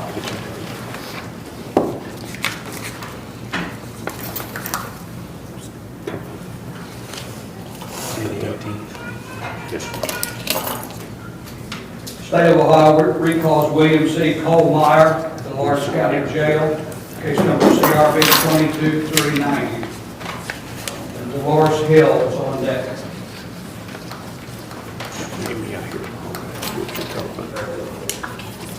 All right, Mr. Kohlmeyer and Mr. Steyer was going to talk with him. I spoke to Mr. Colemeyer and reviewed the file. This was a matter that was to be dismissed upon payment of court costs. Appearance wasn't required, court costs had been paid, but they hadn't been paid. Mr. Colemeyer apparently had moved out of the area in the meantime and was out of work, which explains but doesn't excuse his failure to either pay or appear. I've spoken to him. He indicates he believes that if he were allowed out of jail, he would be able to get this paid by Wednesday or so. I told him that unless the court said he had, well, I'm assuming that the state is still willing to go along with that because it's an older case. And as far as I'm aware, no further problems have arisen, or we would have heard about this before he showed up here in this capacity. But that he thinks he could get it paid by this week, and I advise him that it would almost certainly be a $50 warrant fee added on. So whatever, I assume it was $135 before, it's probably gonna be $185 now, but he still thinks he can get that paid this week.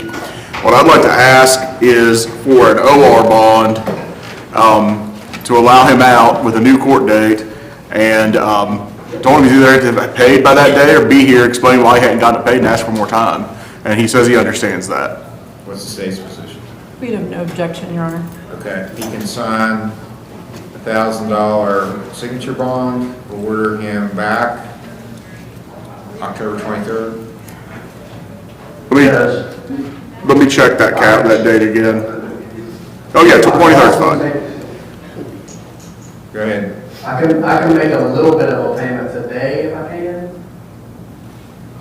Well, I'm giving you a month or a little more than a month, so just pay it off in the next month and you don't have to appear. If you can't pay it off, then you have to appear on October 23rd. I don't know that it's 185. You're gonna have to make certain with the clerk of that amount, but that's the minimum it would be. 22,390. 22,390.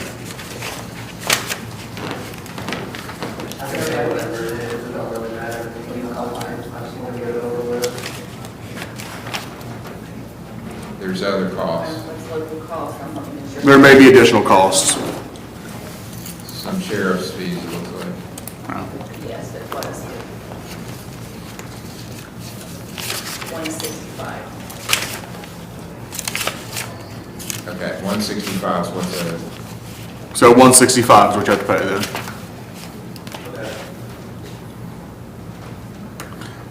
Yeah, I can do that. Can I bring it in Wednesday?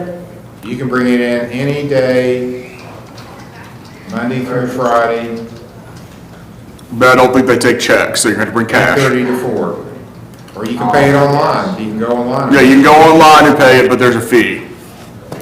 No, I'll bring cash Wednesday. So, I hesitate to ask this, but if it's paid, is an appearance necessary? No appearance required. So, you don't have to come if you pay, but if you don't pay, you still have to be here that day. You understand that, sir?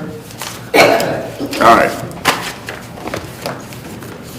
Okay, October 23rd, you'll get it out on a signature bond here shortly. Thank you. Thank you. State of Ohio recalls Dolores Hill at the Lawrence County Jail, case number CRB 23568, CRB 23536. Mr. Smith's case, Tyler Smith.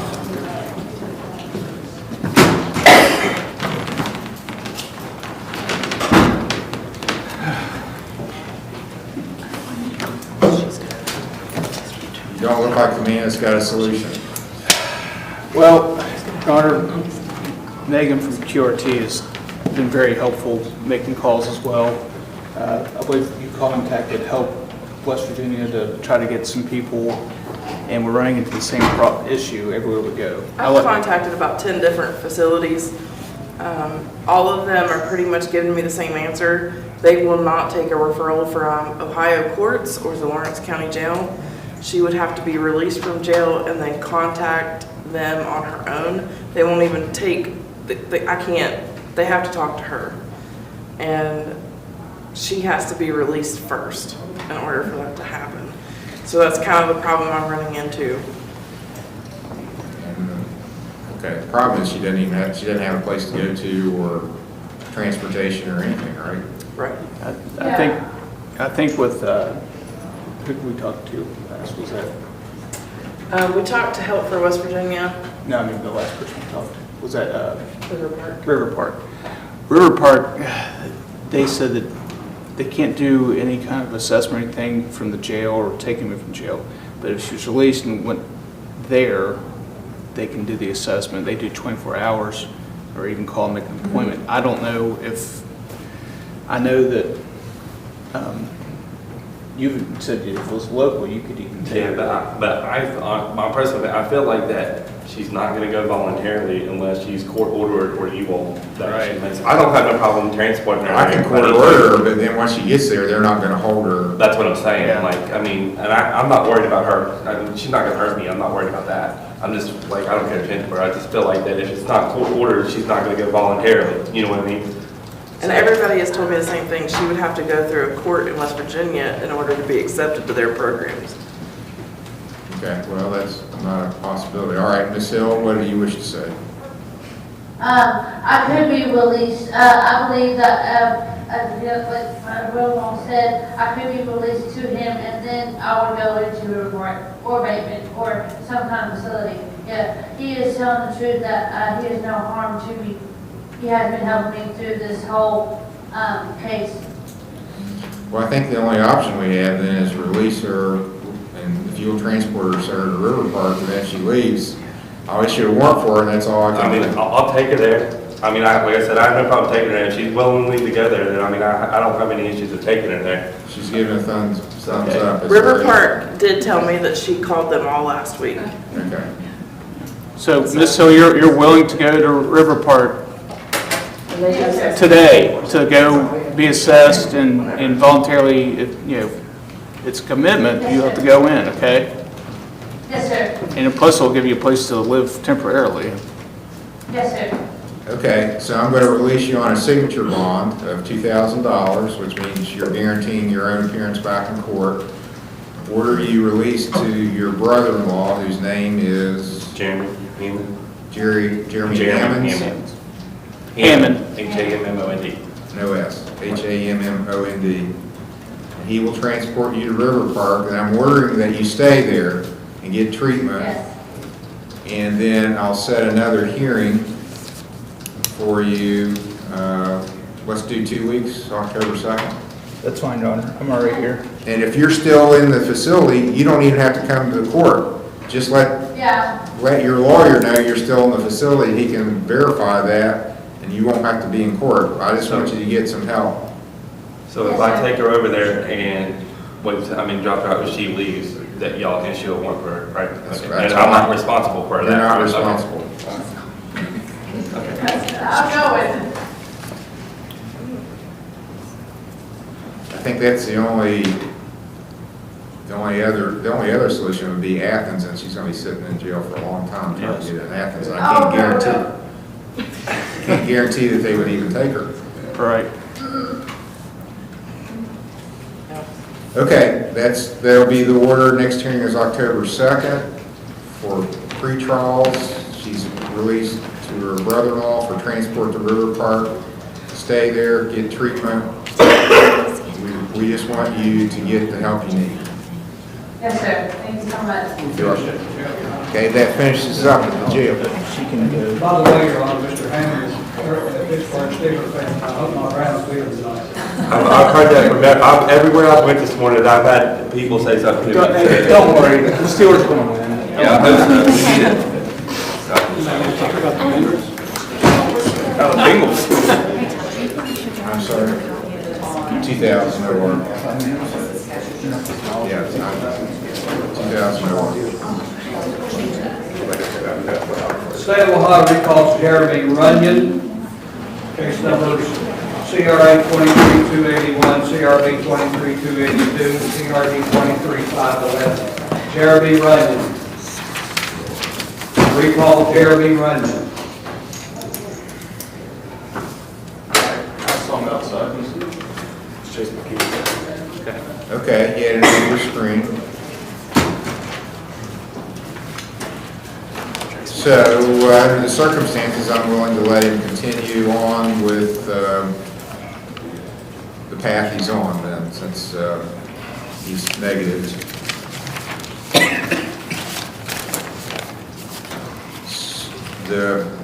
That was your brother-in-law or brother? My brother, my little brother, yeah. Do you want to dismiss that case at his request then, or how do you want to proceed on the domestic? Yes, we would ask that it be dismissed at this time. Okay, so 23-281 is dismissed at the request of the victim. He did that in open court earlier. And what we've got left, 23-282. Well, he was the victim on that one too, so that was a criminal damaging, so I'm assuming he wants that dismissed also. That is correct. Okay, so both of those will be dismissed. 281, 282 are dismissed at the victim's request. I believe there's a traffic case on it. Yeah, I gotta pay a fine on it. TRD 23-511.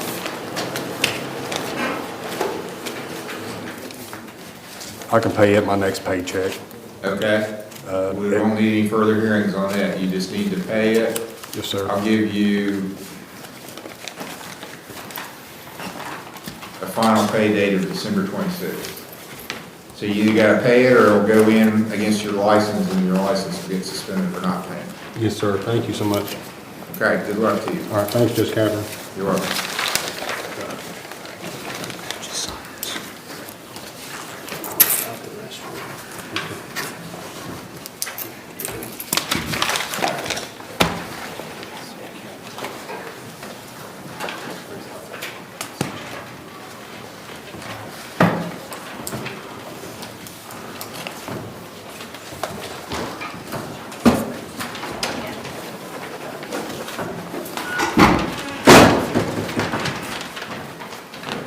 State of Ohio recalls Christopher J. Blevins, case Mr. Stratton's case number CRB 2286, CRC 21595A and B, CRB 19439A and B. Doing okay? All right, I have a report from Southern Hope, and it's a good report for Mr. Blevins. I think he's turned the corner and made this his project now. Yes.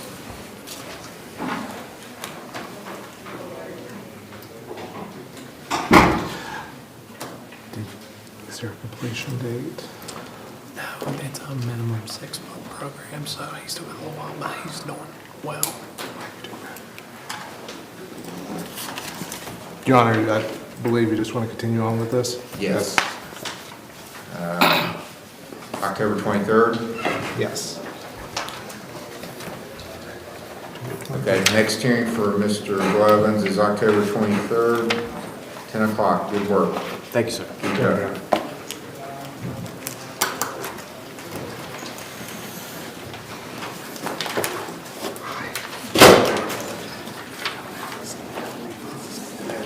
State of Ohio versus William Alexander, case number CRC 231293, A, B, and C.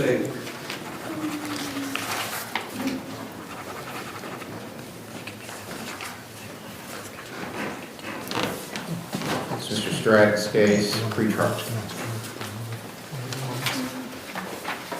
I just saw you. I'm sorry about that. Your Honor, may we approach? Yes.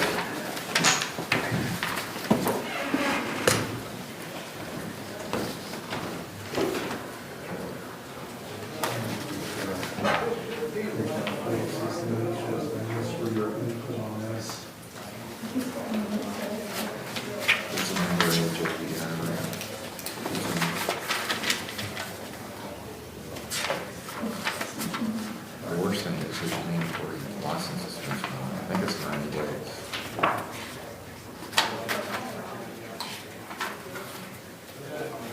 Yeah, it's 90 days.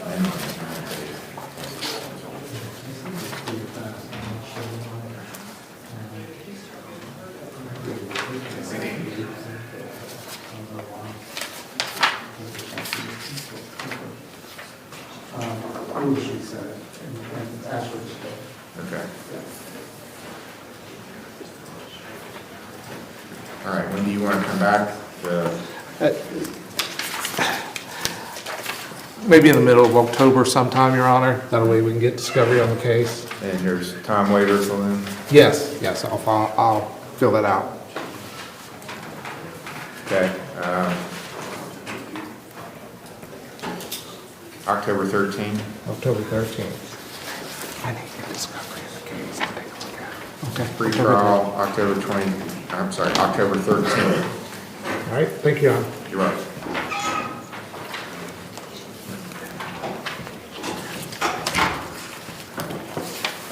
State of Ohio versus Terry J. Krantz, case number TRC 2334 A&B. Mr. Smith's case, sentencing.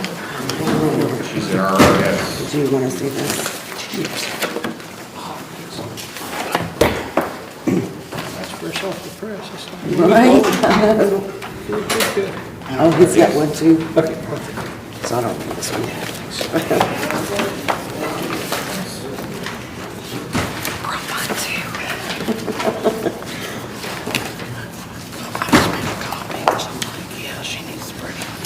Okay, great.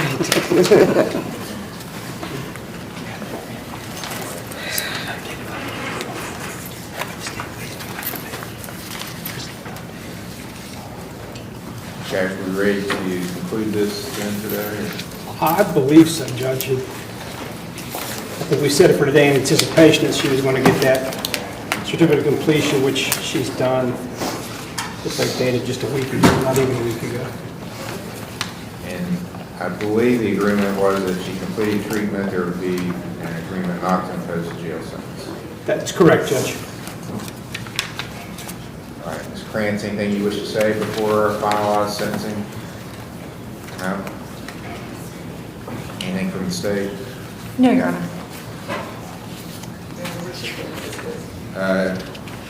We're gonna, it's a first offense. I'll impose a $600 fine, order you to pay court costs, 6-month license suspension that started March 27th, so that's just about up. 20 days in jail, all suspended. Order you to do 5 days community service, 2 years of level 4 probation. I'm going to do away with the driver intervention program because you did the longer term counseling. Thank you, Judge. You did counseling. Okay. Instead of the 3-day school, he's going to count this as the 3-day school. Okay, so what if I pay that? Set a review hearing for March the 18th of next year, the 2024. Get everything finished before then. You don't have to I'm getting ready to maybe have appear something then. else left on again. You can get double community service on October 7th. I know she's telling me she's got a surgery coming up. I told her Josh would work with her. I have a meeting tomorrow, and I just had rotator cuff reserve, so I've got 2 bum arms right now. I'll ever speak with Josh. All right, she'll need to speak with Mr. Major also on the failure to control a $20 fine. Okay, settle that. You're done with court. Okay. So assuming you pay your fine. I'm going to pay everything today. Do you already said whatever you want? Okay. And do you need your visual license back there?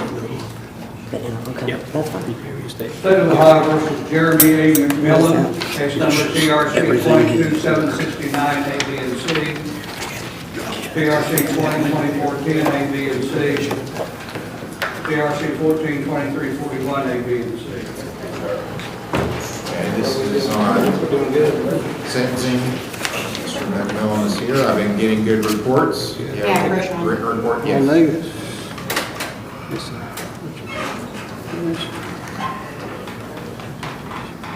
Engaged in service.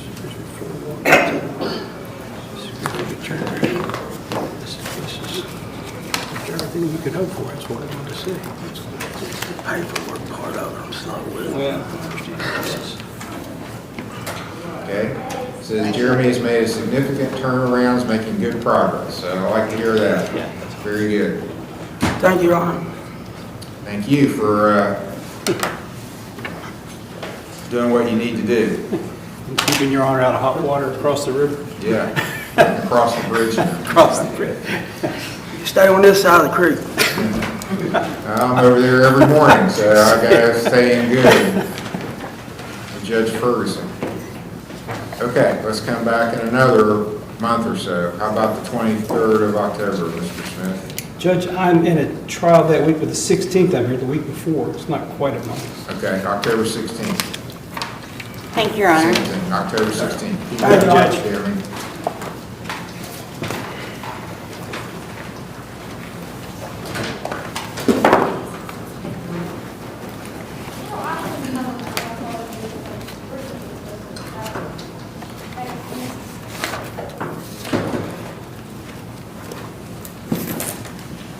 State of Ohio versus Christopher Smith, case number CRB 22741 A and B.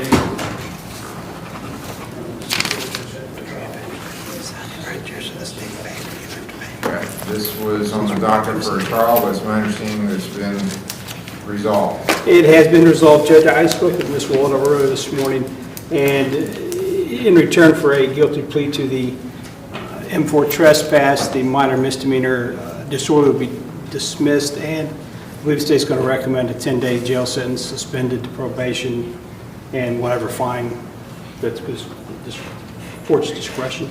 It is correct, Your Honor. Do you agree with that, Mr. Smith? Yes, sir, I do. Anything you want to tell me? No, sir. Okay, I'll oppose what was recommended. I'll make a finding of guilty on the trespassing, impose a $50 fine and court costs, 10 days in jail suspended. Is there any kind of order to stay away? No, Your Honor. Okay.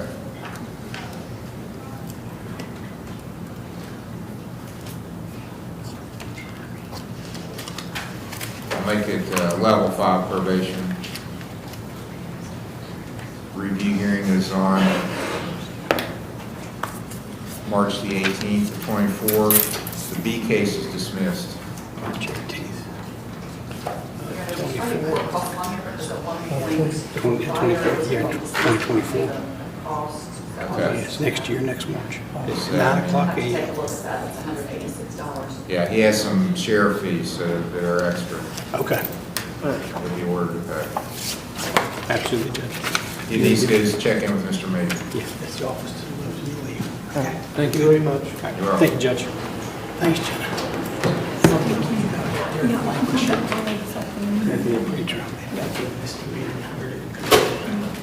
State of Ohio versus Kevin Fitzpatrick, case number CRB 23232 A and B, and CRC 23379 A and B. Tyler Smith.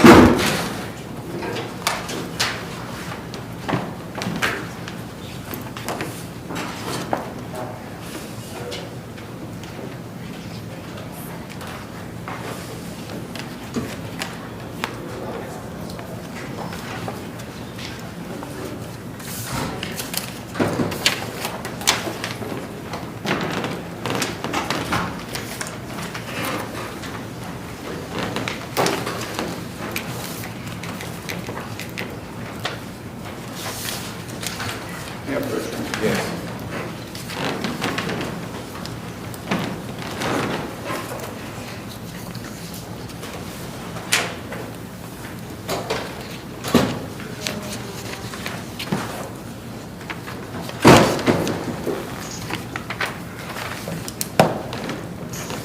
Okay, I'm going to take this as a letter of completion.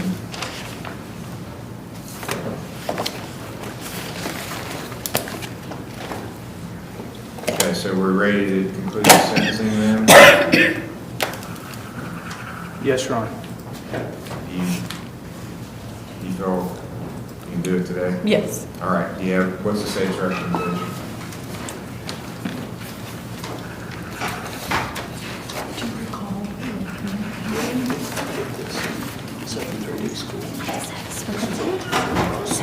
It's my understanding, Your Honor, that the agreement had been with Mr. Heald and Mr. Smith that should Mr. Fitzpatrick complete the treatment, then Mr. Heald would not recommend the 3-day school, and otherwise it would just be minimums. He pled to both as, they were, I believe, both OVI first offense because they were 5 days apart. And he's going to get into treatment. All right, anything you wish to say, Mr. Fitzpatrick? Yes, Your Honor, I would like to start out with apologizing, not only to you, but everyone in here, for wasting time. And I feel as if I've definitely learned my lesson. It's definitely cut out a lot of things in my life. I have an opportunity to go out of town and work that I have had, and I'm not able to do that because I now have to deal with this. And so I would just like to apologize. Okay, well, thank you for your apology, and hopefully it is a true recognition. This is serious business. You got 2 OVIs on your record now. One thing that you need to understand, I'm going to treat these both as first offenses, but if you got another one, whether it's in this court or another, you can immediately be treated as a 3rd offense. And in some, I mean, here, that's up to a year in jail. I know in West Virginia, a 3rd offense is automatically a felony, or at least it's supposed to be treated as a felony, which means you could go to prison on a 3rd offense.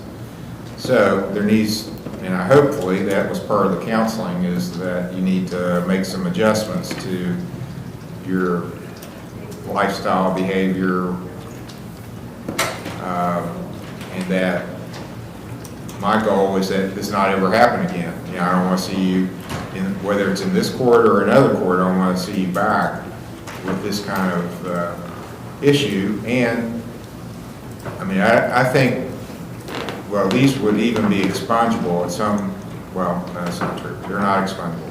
But I don't think they're going to hold you back from doing what you want to do later on in life. But if you get another one, yeah, there's probably going to be some things you can't do because of having this on your record.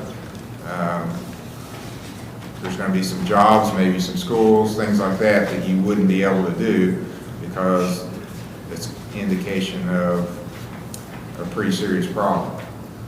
So, bottom line is, I want you to go on. Everybody here wants you to go on and be successful, have a good life. But you know, there needs to be an adjustment. Hopefully, you've made that. Time's going to tell.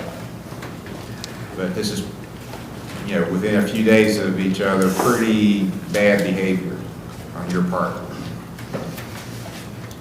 Okay, so let's start with 379. That was the one first in time, I believe.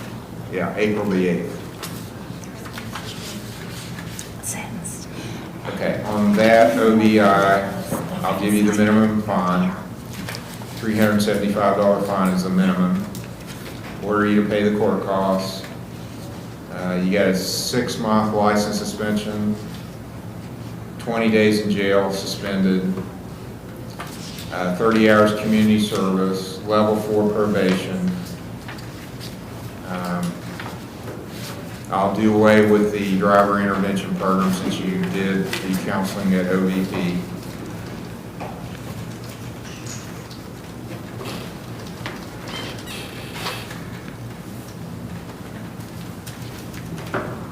Now, are you working now? I am. What's your schedule? So as of right now, I'm just taking odd jobs. So like doing floors and So the weekends are open? Yes, sir. Okay, because I think what we need to do, I want you to be out here, any reason you can't be out here this Saturday and for the next 4 after. I want you to be out 5 weekends in a row.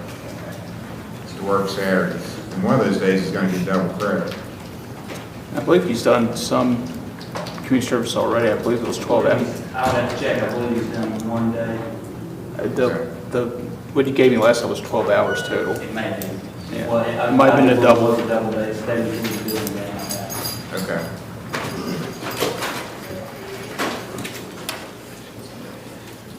All right, well, I still want him out for 5 weekends in a row.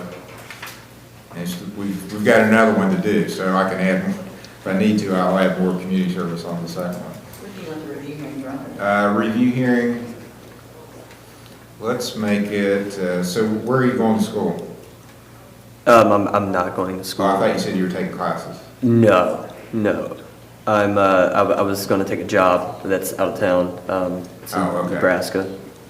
Okay, well, you got a month or so before you can do that. And I'm assuming you'll be back here for Christmas? Maybe. Well, you're gonna be now, because I'm gonna set a review hearing. Yes, I'll set it for December 22nd. It's your first review hearing.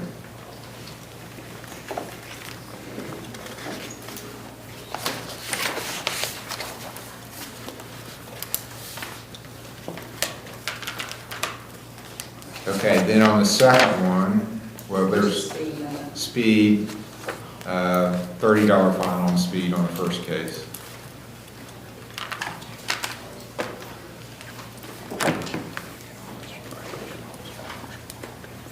Okay, so now we're to the second case, which is 23-384.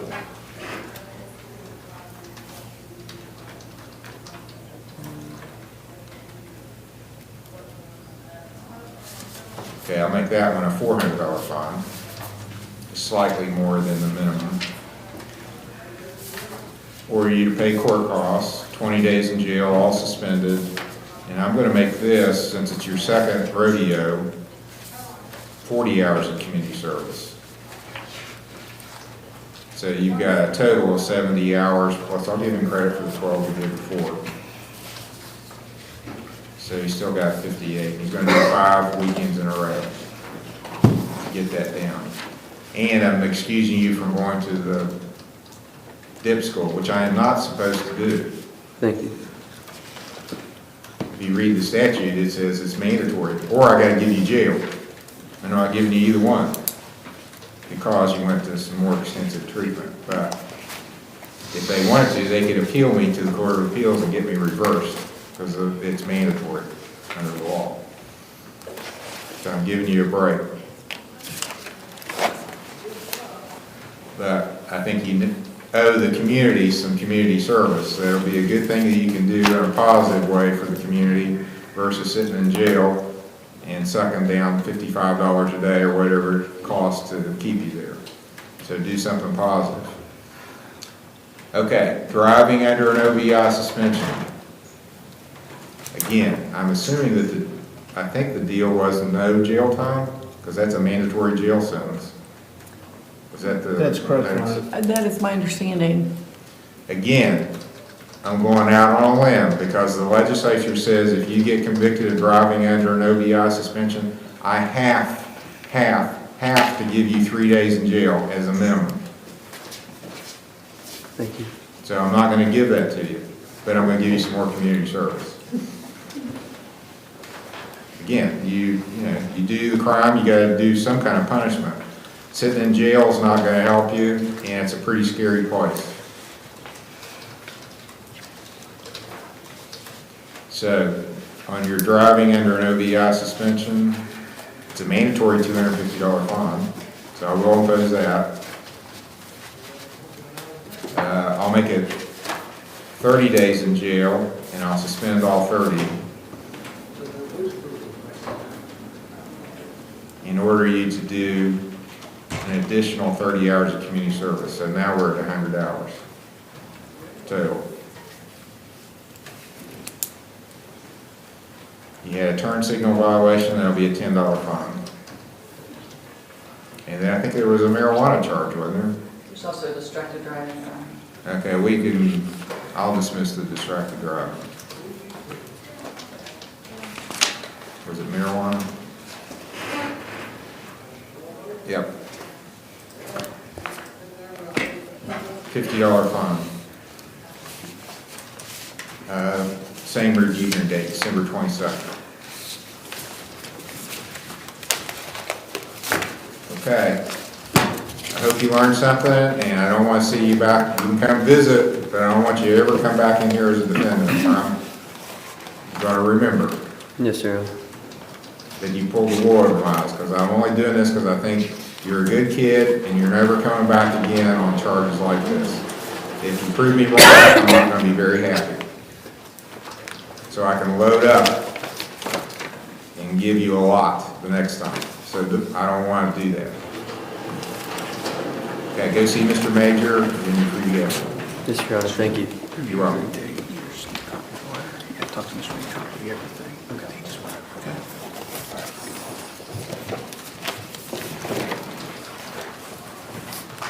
State of Ohio versus Dylan Hayden, case number CRA 22473.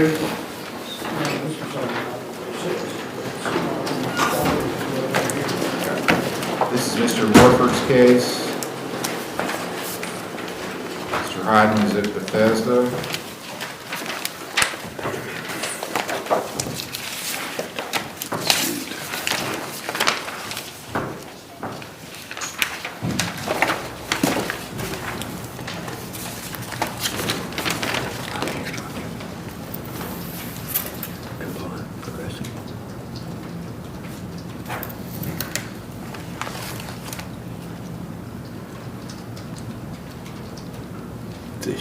I don't think this is going to work for West Virginia. You have a West Virginia license? I do. I tried calling yesterday, and they just said a $50 reinstatement fee and the driving intervention program. That's their own requirement. They're going to require you to go to 3-day school. They asked me to talk to you about it. I don't know, that's what they said. But I don't think they'll take an order from me. You can get a certified copy of the judgment entry and send it to them, but I don't think they're going to take that. You'll have to, if you want to get reinstated over there, you'll have to do what they want. I'll reach out to the safety treatment unit. I just haven't had a chance yet. So. Just out of curiosity, what if I were to go get my license in Ohio? Well, probably, I'm going to guess, now, sometimes they make mistakes, but they shouldn't let you get a license in Ohio because you're already suspended by West Virginia. So Gotcha.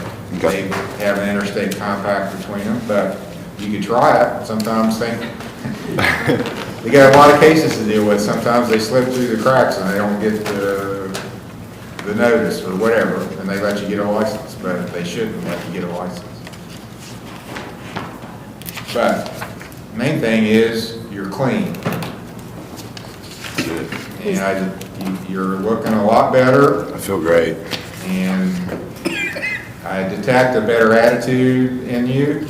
Judge, I asked him if this was him, actually, in regards to that comment you just made about the attitude. Yeah. He got whatever. It was exactly what he needed. It's not the same person anymore. Yeah. I feel like before there was some resentment there. It's like I'm being made to do stuff I don't really want to do. This isn't what I want. I'm doing it because I'm being made to. And now I kind of feel like you see the light switches come on. You see that this is for your benefit, man. You're a young guy. Definitely. You got a long time to live. Doing what you were doing before, you weren't going to live that long. Exactly. So you can go on and do whatever you want to do in life and have a long life, but there are no old drug addicts. If you want to live a long life, even if you somehow skate through without overdosing, which right now with fentanyl is hard to do, you're not going to live that long because it takes a toll on you. Definitely. So, good job. Thank you. Now, I don't feel like I can do anything other than what I did. I waived the dip school, I think is what I did in the judgment entry. And I think that's all I can do. I can't order the West Virginia DMV to reinstate your driver's license, and I don't think they would take it anyway. But you can get, if there's a certified copy of the judgment entry and send it to them, and maybe they'll say, oh, well, that judge says he doesn't have to do it. So we're not going to make him do it. But from my experience, they've got their own rules. So I think, because I've known people who have had alcohol-related offenses and got it reduced or whatever, and they still make them go to a 3-day school before they'll reinstate their driving privileges. That's just their rule. So, but I'm not your lawyer over there. If you want to fight it out, I guess get a lawyer that in West Virginia that will fight with the DMV. So he's doing good, but he's not finished, right? He is not finished, and I think originally when we restarted him, we said 9 months. So we're just going to see how his progress goes. He really is a good kid. He's done tremendously well, but from my experience, and that's not against Dylan, but from my experience, sometimes I just want to make sure he's good. He's got his whole life ahead of him. Okay. So when's 9 months? I can't even remember when to go to jail last time. Oh, okay, we started the clock over then. It wasn't that long ago. But I think that may have helped with your... It's not when I get out, it'll be like February. Be like February. I mean, we're a good ways out. Okay, well, we don't need to come back then until November. Let's come back the 1st of November sometime for the next 10. Give you more time before you have to come back here. But you do know, like, if you get in trouble, she's gonna text me. Yes. She's gonna text me and tell me. And then I can have a warrant issued or whatever, or send somebody out. I've sent people, I might even have to use it. I sent somebody out to pick you up at the... He was there when Caleb got brought back. Okay. November 3rd? That's good. November 3rd will be the next 10. Okay, you're doing great. Keep it up. Thank you, Your Honor. Thank you, Your Honor. State of Ohio versus Heather Chin, case number TRD 201711 A and B, TRD 201761 A and B, TRD 201086 A and B. Heather Chin. I don't see her anywhere. She did not check in. It's a sensing on a 20 review.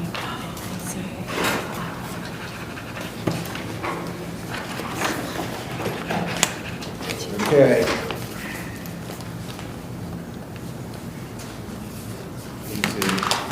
Hate to, but I will issue a warrant with her uncle looking at him while I'm doing it.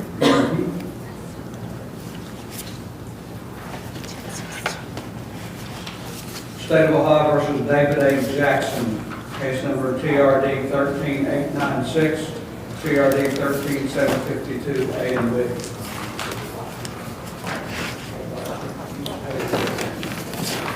Okay, this is set for sentencing, but I was just informed you paid everything off, is that right? Yes, sir. Okay, good job, you're completed. You can leave and come back for visits, but you don't have to come back for this case. The case is completed. Thank you. You're welcome.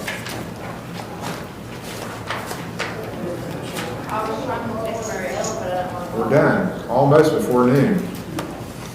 That's, we'll have to have you come back. Yeah. We never do that. Court's adjourned.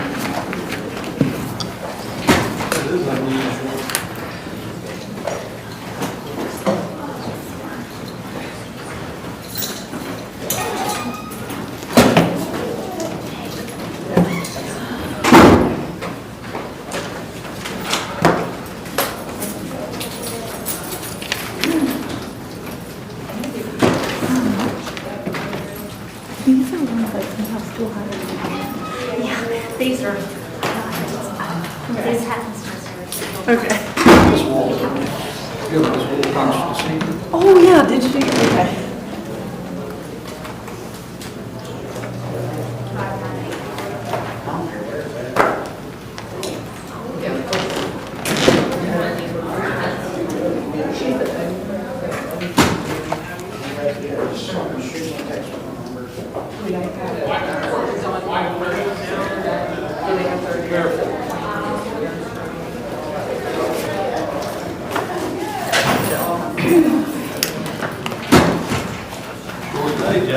Oh, I wish it was, the whole day was over, yeah.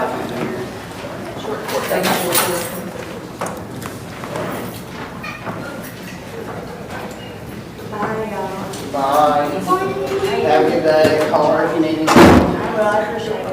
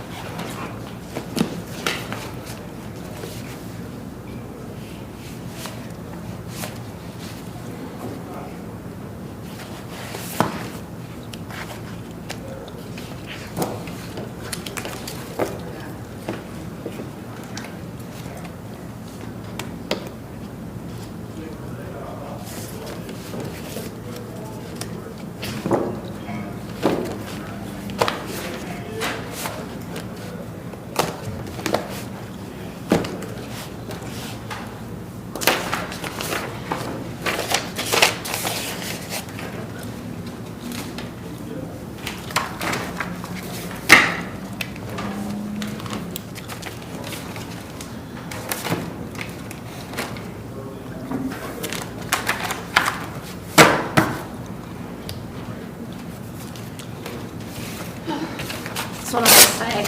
I got a bunch of unknown files too, where I ran in and out of the courtroom Oh, I know. and stuff, and things weren't written in. Little Billy cards. Yeah, I know.